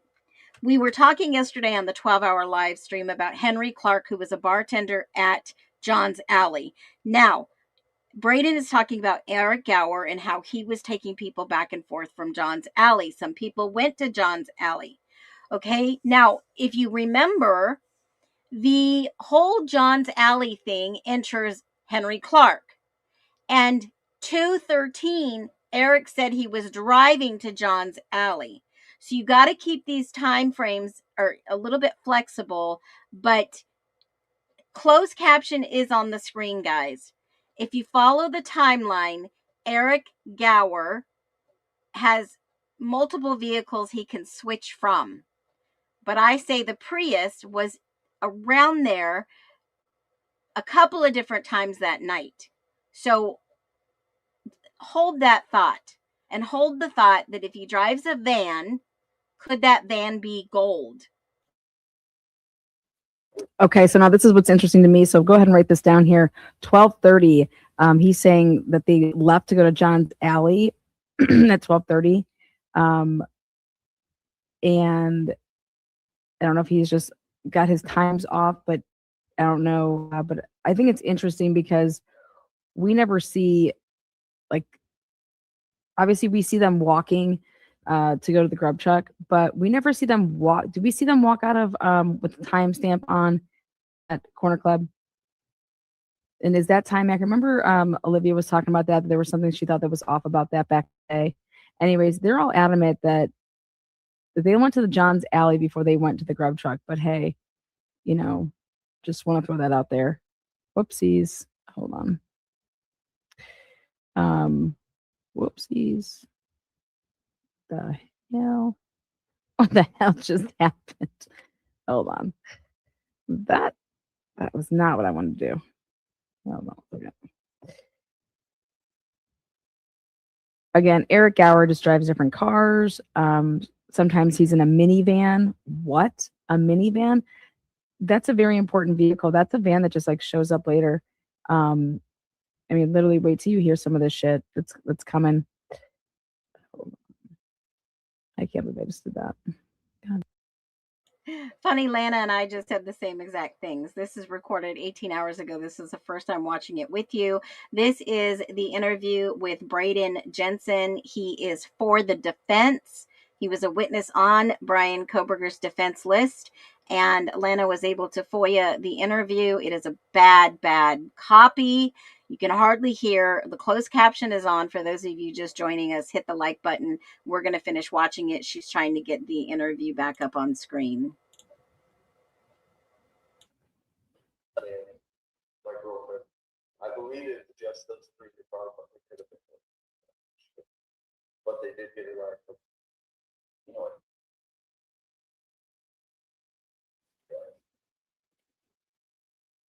Was it Brayden's girlfriend that got a ride with Kaylee and Maddie to the Corner Club? he switches people. One time I got into his car and he was driving a minivan, and the other time it's just a little sedan. Something like that. You know, I want to say silver. I could be off on that. I'm not 100%. Unbelievable. That was very late. That was probably like 12:50 when she and Casey were back. That they left. It's just another problem.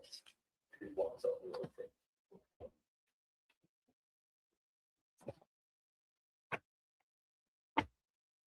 And did but with them, what did she say? She stated.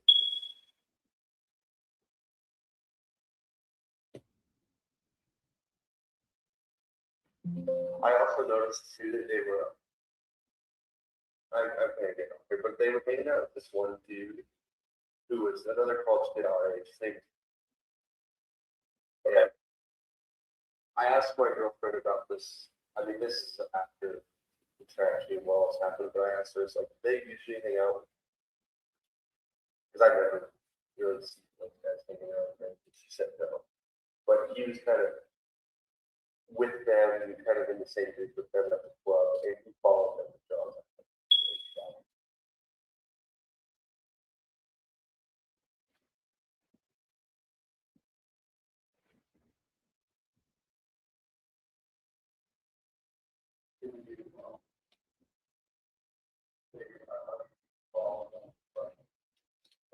He left with the same. Okay, don't forget that Eric Gower did give his DNA swab. They do have it. They did have it. I just thought it was kind of weird because I don't know, those guys just never really hang with each other.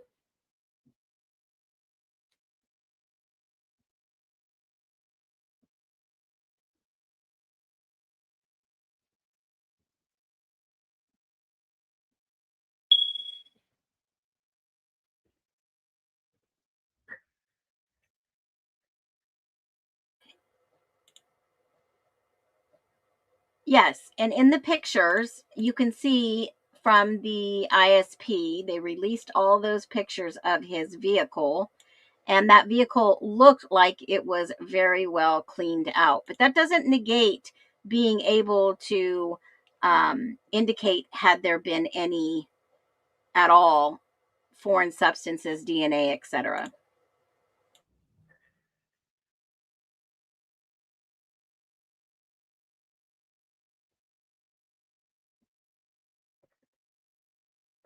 So you saw them hanging out with, and then I'm going to jump around a little bit. I apologize. You walked to the bathroom, saw them kind of in that area, had a real brief conversation with them, and they left shortly afterwards. Yes. And you saw them leave and follow them, or did they leave with them? They went with them. And then after that, so okay, I got that correctly. So what happened after that?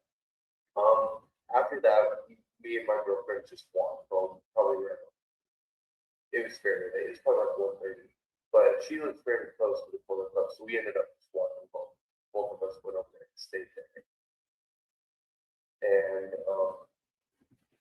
I guess the next morning when we woke up, we went and got food.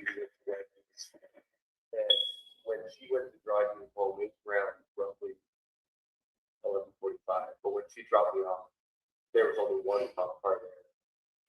Parked kind of in front of my house. I mean, this is all one. No, that's great. But when she dropped me off, there's only one cop car there. And that's kind of weird because I mean, it's tiny little road with video on. So I've never seen a cop pull up there. Except like one of the houses. And shortly after that, she turned around and went to drive back to her house. And when she drove away, she immediately called me and said, "Hey, I just saw one cop cars and flying truck and what's going on up there?" So I was on the phone and I told my other roommates, we were all hanging out in the living room, and we walked outside, and it was me and my other roommate. Us three went and stood outside and watched all these cops run up to their house. We immediately started putting crime scene tape across their whole backyard and everything. And that's when my roommate, who was boyfriend, girlfriend, he had phone called us. He ran over. He's like, "Oh my gosh, that's kids. That's what's going on." So he ran over there, was over there for probably an hour and a half to 2 hours. When he came back, he was very obviously he had 6 years and couldn't put ones together. He ran into his room when he came out to hang before. we were assuming something terrible happened when it was going on. He said some of the girls over there passed away, and one of them escaped. And then he went to the station and answered the question. And that was the last time I went to see the three.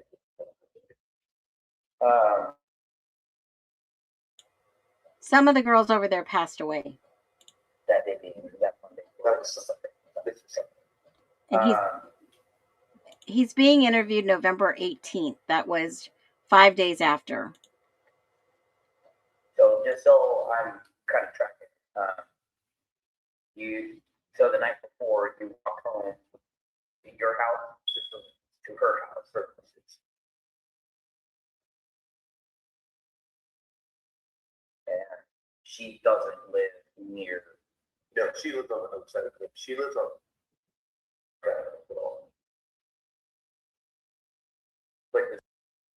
Wait, does his girlfriend live at the 1112? It's weird little alley behind the restaurant. What? Wait a minute. This is crazy. He referred to Dylan as a he? Who did?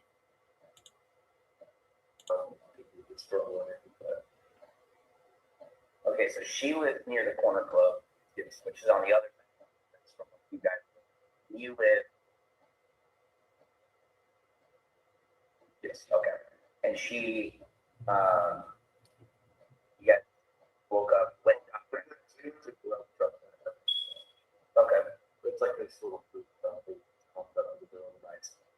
Thursday, Friday, 7 days. Okay. They stay open for like 3 or 4. They stay open pretty late. When did you go to the drug truck? After we got the corner club. We went corner club to drug truck. That should be grub truck, not drug truck.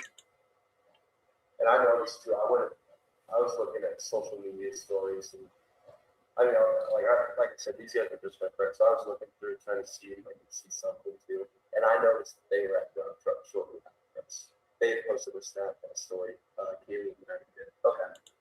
They posted a snap that Kaylee and Maddie was dead. What?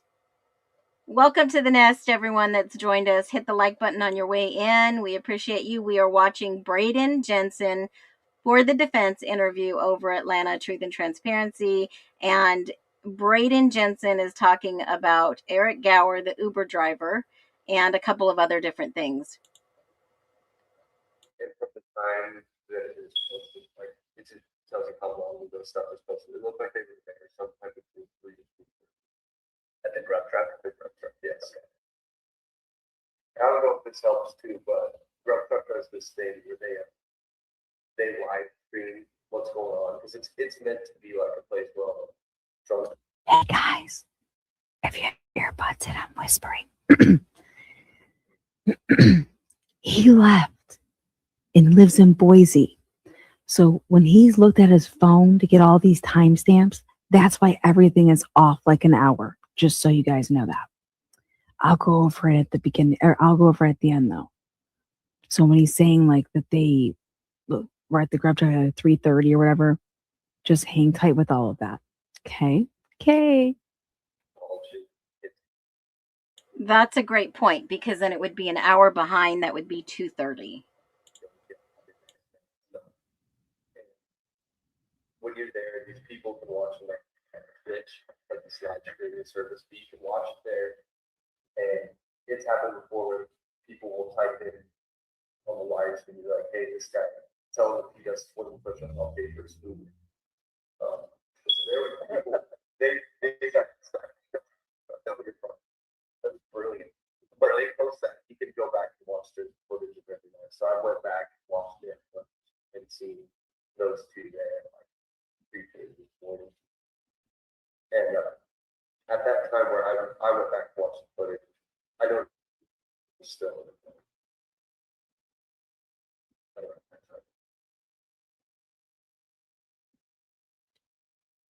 I'm sorry, I don't know if that information helps. It's just I went off on it. No, they can't.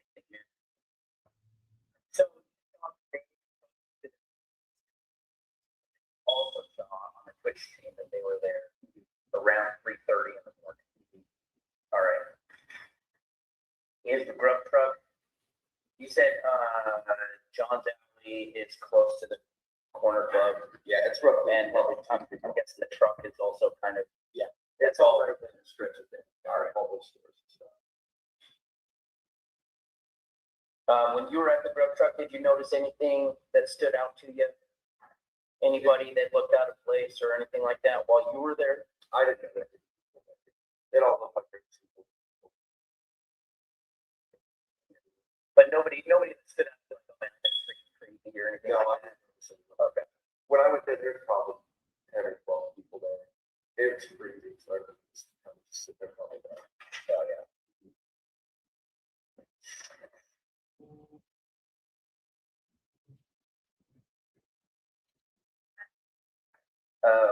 I'm sorry. I missed it on my notes. When did you end up going and getting breakfast and getting right back to your house? Roughly around 11:30, 11:45. When got past the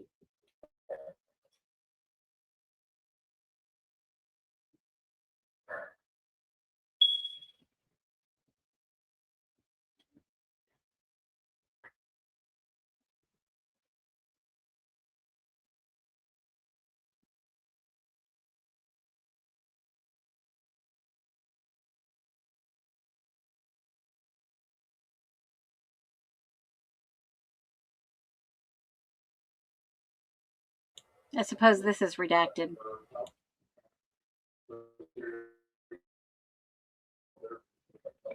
one of the roommates was there, and one of them was there. The other one of the roommates was there for the beginning of the boyfriend down there, and the fourth roommate always spends like every over at the boyfriend's house. He just goes past them.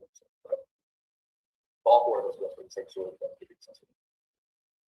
And when I'm sorry, and I know you worked at this. When did you end up leaving the corner club?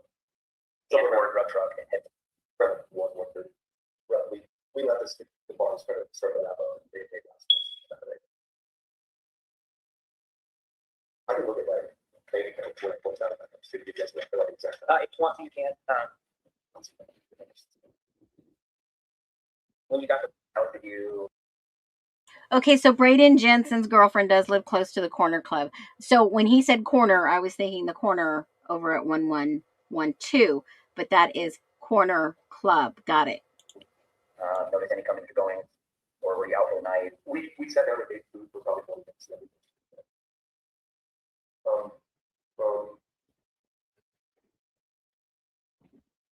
Sorry, it doesn't be exact time, but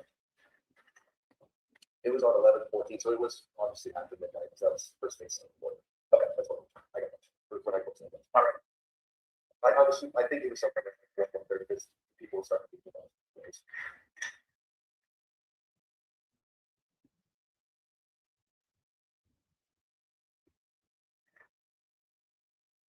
Did you notice anything while the two girls were still?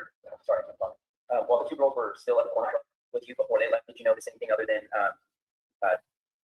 Did you notice anything else weird? Anybody paying odd attention to them or? Nothing out of the ordinary. Okay. They're friends with a lot of people who did with them SWAT activity, and they were all kind of I was friends with those guys too, so we were all just kind of in one big circle. Okay. And then again, as they were leaving, or what you saw on social media, did you notice anything odd or anybody saying? From what I saw when I went back to watch the drug truck last year that night, I did find it odd that it's still exited so late. And I'm not trying to say that, like, I'm sure this is a bad idea about that. I just watched the footage and I thought it was odd because when they're at the drug truck, he doesn't necessarily talk to them. He's just kind of in line behind them and he starts talking about some random guy that was there. And he never necessarily is in like direct conversation with those two, but he just kind of getting like shoulder at the same time. I thought that was kind of odd, but from what I saw when I was in person, I didn't start my attention.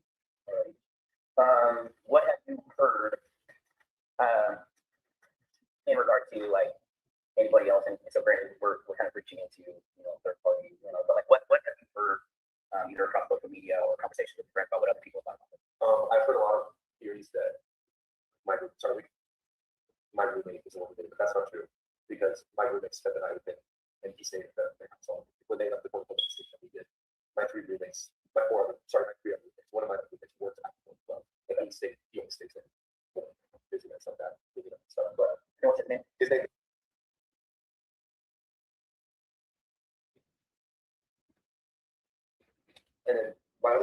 roommates who went home with, they're also in this area too. Their names are. It's less respectful. And the other one.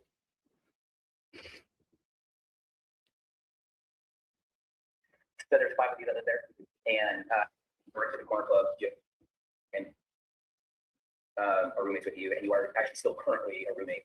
It's okay. It's still all 5 of us. All right.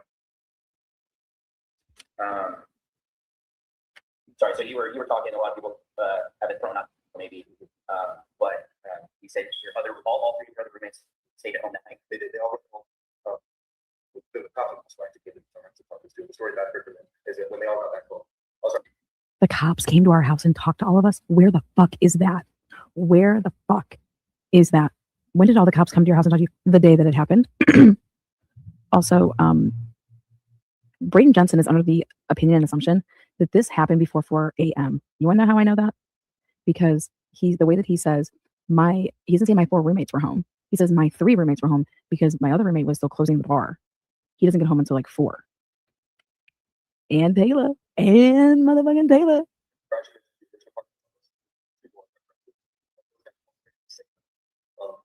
So all 5 of them actually were hating on that. When they got back to the home from the corner club, they had like another thing to do. And by that time, it was like 2:30. Okay. And I'm sure this is already covered by officers in the area. Do you guys have like a ring doorbell or anything like that? We don't. Okay. We just have a company. Okay, but nothing like a security camera that's covering your driveway or door. Exactly. We do not. Okay. One of our roommates did mention that between like 4:45, he woke up in the middle of the night because clearly was parking so loud, and it's kind of weird. He's outside. He's never doing outside. Something upside down. So between 4 and 4:45, he woke up. He was in and out of sleep, and that's the parking lot. So that was the interview that I talked about not too long ago, 4 to 4:45. Obviously, this person was at 1127 King Road that heard the dog barking nonstop. Which one is this? This is one of the roommates with me. His name's Brayden too. We got him coming next. You guys, he's over here. Now, look, check this out. He's upstairs. Okay. So the 2 guys that live upstairs, that's the one he's talking about, was like, yeah, dude, the dog was going crazy between like 4 and 4:45.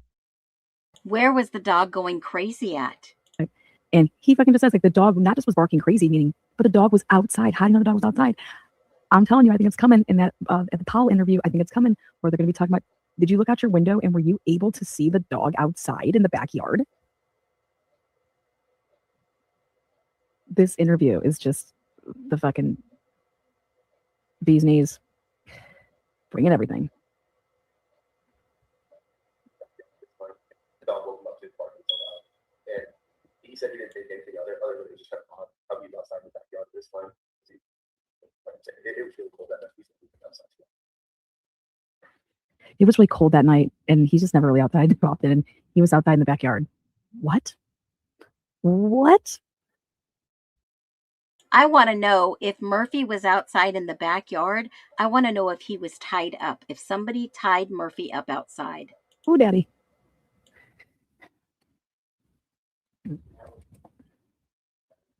That was Katie's dog.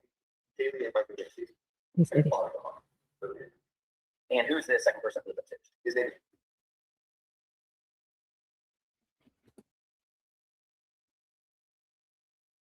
Remember, I have to stop it. Remember this whole thing with, Bethany saying, I don't know, Maddie was talking about how she like lost the dog.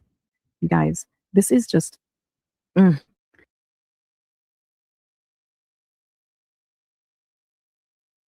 don't think, in my humble opinion, Murphy was lost. I think Murphy was taken outside between 4 and 4:45 for an alleged cleaning party. Okay, because in the back of this picture, you can clearly see this was in the redacted Idaho 4 ISP drop, and you can see that there is clearly a rope in the back of this backyard, that if this dog, Murphy, was placed outside, that 1127, which is almost directly across from the backyard of this, there is rope back here that would say, obviously, this dog would be heard on the video cam very, very well. Now, how come we don't hear the dog bark very well if the camera is about, let's say, maybe 60 feet away, 50 feet away, and then somebody wakes up and can hear this dog barking very clearly for 45 minutes, but yet not go and check why, or not go and wake up JD and say, I think that's Murphy barking behind the house. You should probably go check on Murphy. Hello?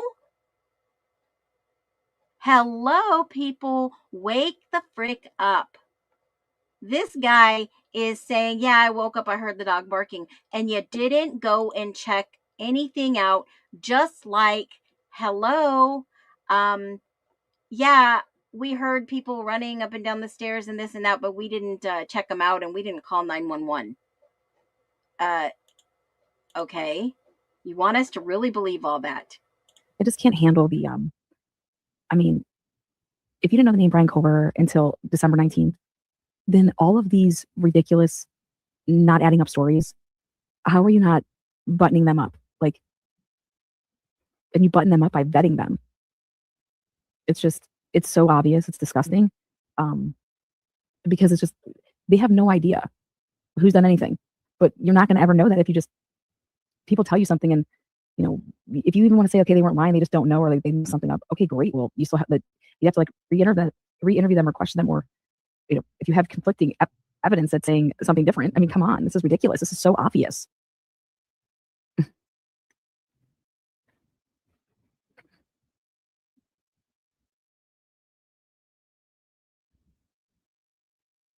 Is there anything else? Why would Bethany and Dylan sit in a room hearing a dog bark like Murphy was barking, and these other people are noticing it, and like, I mean, they're just not doing anything? It's like, Murphy's like your dog too. If you live in a house with a dog, come on, you're just leaving the dog. You're not going and getting the dog. You're not like. But then we listen to Dylan, and she's like, the dog wasn't inside. Like, where's the dog? I don't know how the cops found the dog because the dog wasn't inside. That tells me you went looking for the dog. When did you do that? I mean, it's just, come on. Feel uneasy, stand out to get anything that you think we should know about? I've always had a problem with how the Moscow TV said there's no happening. I've never understood how they can do that. Information to the public. They release the audio as a and they, from what I've heard, what the news has covered, and kind of what my friends have been saying, they still don't really have a suspect. So I've been bothered with how they still say there's no active threat.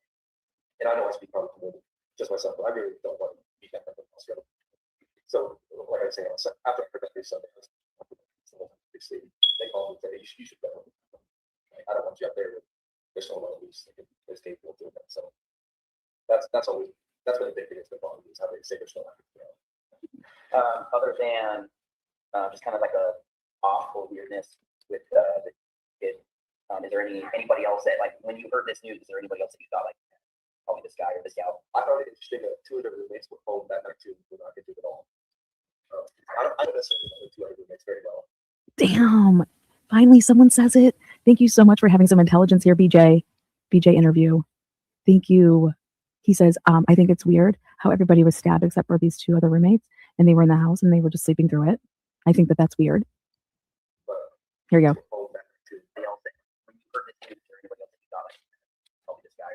I thought it interesting that two of the roommates were home that night too, were not into it at all.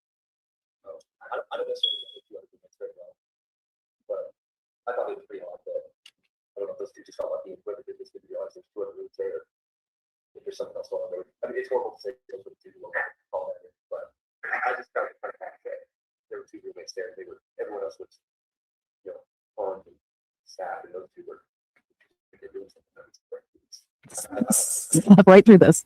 Do you know much about or have heard anything about one of the girls? Wait a minute.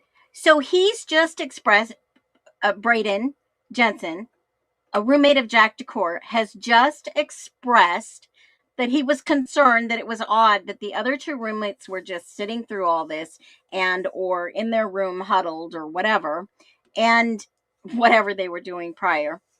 And the cop doesn't respond to him. He just blows over his concern and moves on to the next question.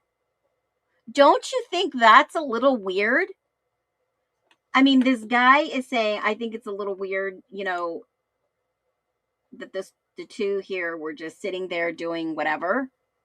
And that the cop doesn't even address him. He just goes immediately into the next question. That is weird. Step right through this. Do you know much about, or have you heard anything about one of the girls having a stalker? Not one of those girls, though. Okay. Not one of those girls. No. Wait for this. You guys are about to literally collapse. Okay. I was like, oh my God, Eric Gower has multiple cars and this guy knows about it. Then he's talking about, okay, well, how does everybody get stabbed? And I'm not coming back to this university. That's exactly why they had to find somebody, because the school's like, oh my God, we're losing so much money. But these two girls will get stabbed. So he's just like bringing just like the truth, just like, wow, like what the heck is going on? Well, then he comes with this and I'm just like, oh my God. Oh my God. Some of you guys are going to lose it. Okay. So here it goes.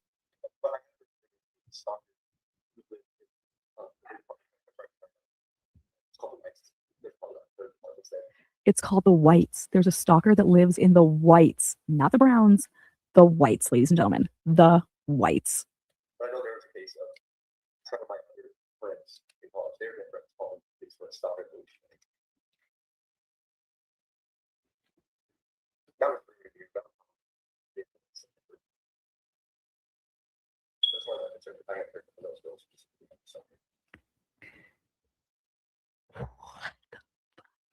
Oh my God. That was the middle to late September. Okay. The middle to late September, right after the noise complaints. Okay. Where they had that ride along. The ride along went along on September 1st, August 31st and September 1st. Then there was girls that called in for a stalker. Not these girls. At the Whites. At the Whites. He's like, there's, 30 or 40 apartments over there. The Whites. It's on Taylor. I guess I don't remember what the address is. What's the 100 block of Taylor? It's the Whites. It's where Hunter Johnson's girlfriend Emily lives, and Josie, and the Whites is like, yeah, that's where blood was found. That's right. That's where, yeah, somebody busted up a window over there. I mean, we're just getting warmed up over here. Yeah, I'm gonna be reposting all this, guys, so don't worry, you're gonna have way better quality. It's, if you want it right away, this is my way of doing it right away, and then to upload it. But this is unbelievable. This is unbelievable. We did not come across one interview where anybody was talking about they had a stalker and they called for anybody at the Whites. Have you guys come across that? I've read every single report that is available. The Whites stalker. Point me in that direction, okay? Point me in that direction. Again, this is not the Queen Road Apartments. Okay, not the Queen Road Apartments. The Whites is on Taylor, and it's why he is saying it's behind us is because he's at Jack D, so he's looking at it like, yeah, they're behind us instead of saying like in front of us, I guess you could say. But it's the Whites, and this is Jack D's roommate. Yeah. This is, I mean, I can't say enough about like how somebody like him and other people wouldn't be re-interviewed to like ask questions like, okay, like, wouldn't you want to find out, well, what do you mean there was a stalker in the Whites? Like who can I talk to get that information from? You know what I mean? Here's the deal. The police already know. If there was a report in September of 2022 of a stalker at the Whites, the police already know. The girls made a report that lived in the Whites. They made a report in September of 22. They know. It's like, who the fuck cares? I don't necessarily know the address of that, but everyone's responsible. It's a huge building. I will say too. That's exactly where the undercover cops were parked that night before they pulled out to get the guys at Banfield. Okay. They were in the Whites. Then if you want to believe Eric Gower and his bullshit, but when he arrived to drop off the girls, there was, a silver sedan parked off to the left. And so it's like, we got everybody surrounded, like, who lives all at the Whites? So you best believe we are going to do everything. I'm boying everything in September, everything that went to 700 block at the Whites, everything, every non-emergency and emergency call that happened in September, because this is bullshit. And then in October, you have Ava Wood talking about somebody trying to get into her apartment. Okay. And there is not a fucking report out there in this case about any stalkers in the Whites. Bullshit. And it's all the fraternities and sororities that are living over there.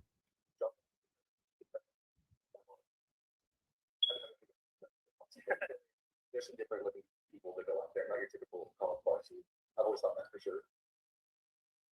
Ready for this question? Ready for this?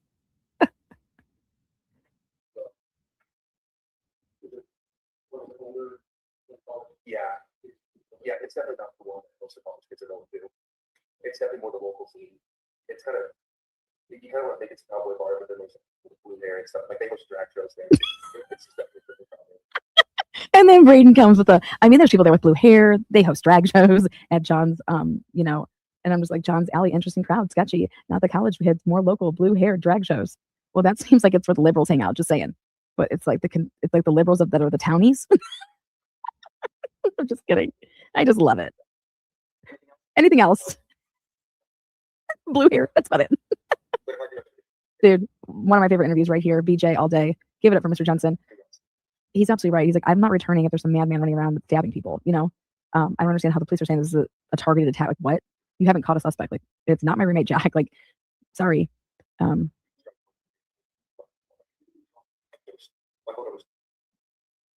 Alrighty. Okay, so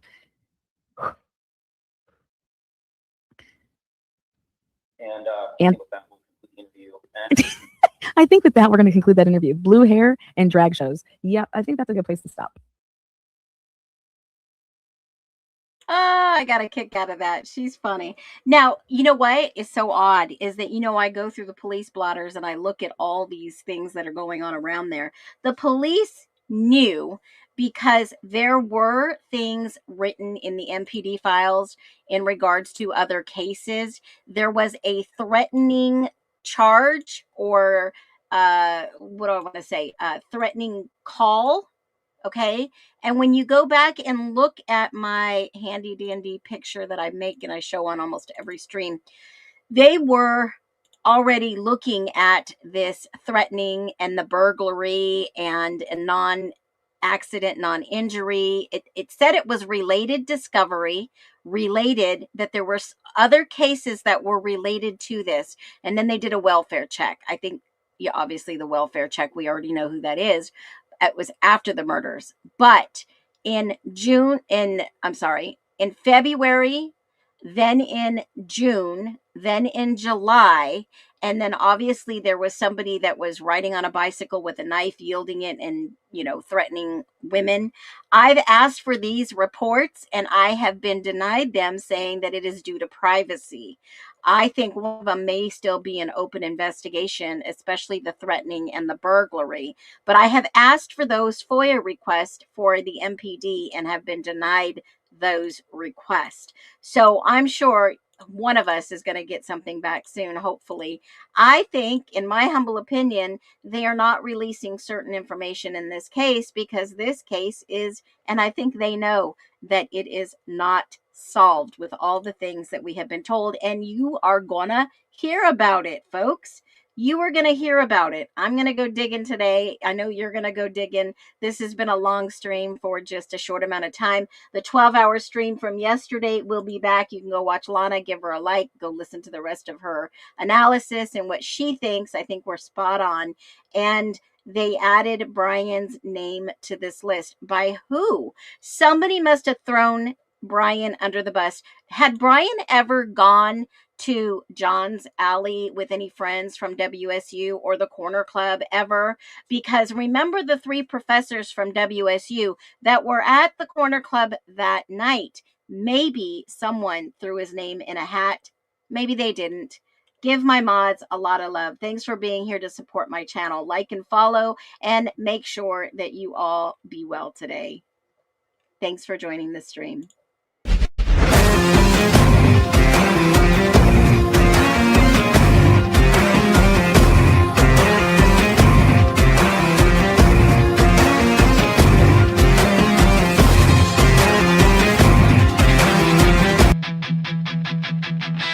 The fire was cold, the leads long dead. Winter's chill had settled in the bone. Another name unsaid. A silent statue, blind and made of stone. But thawing ground gives way to sleeping roots. A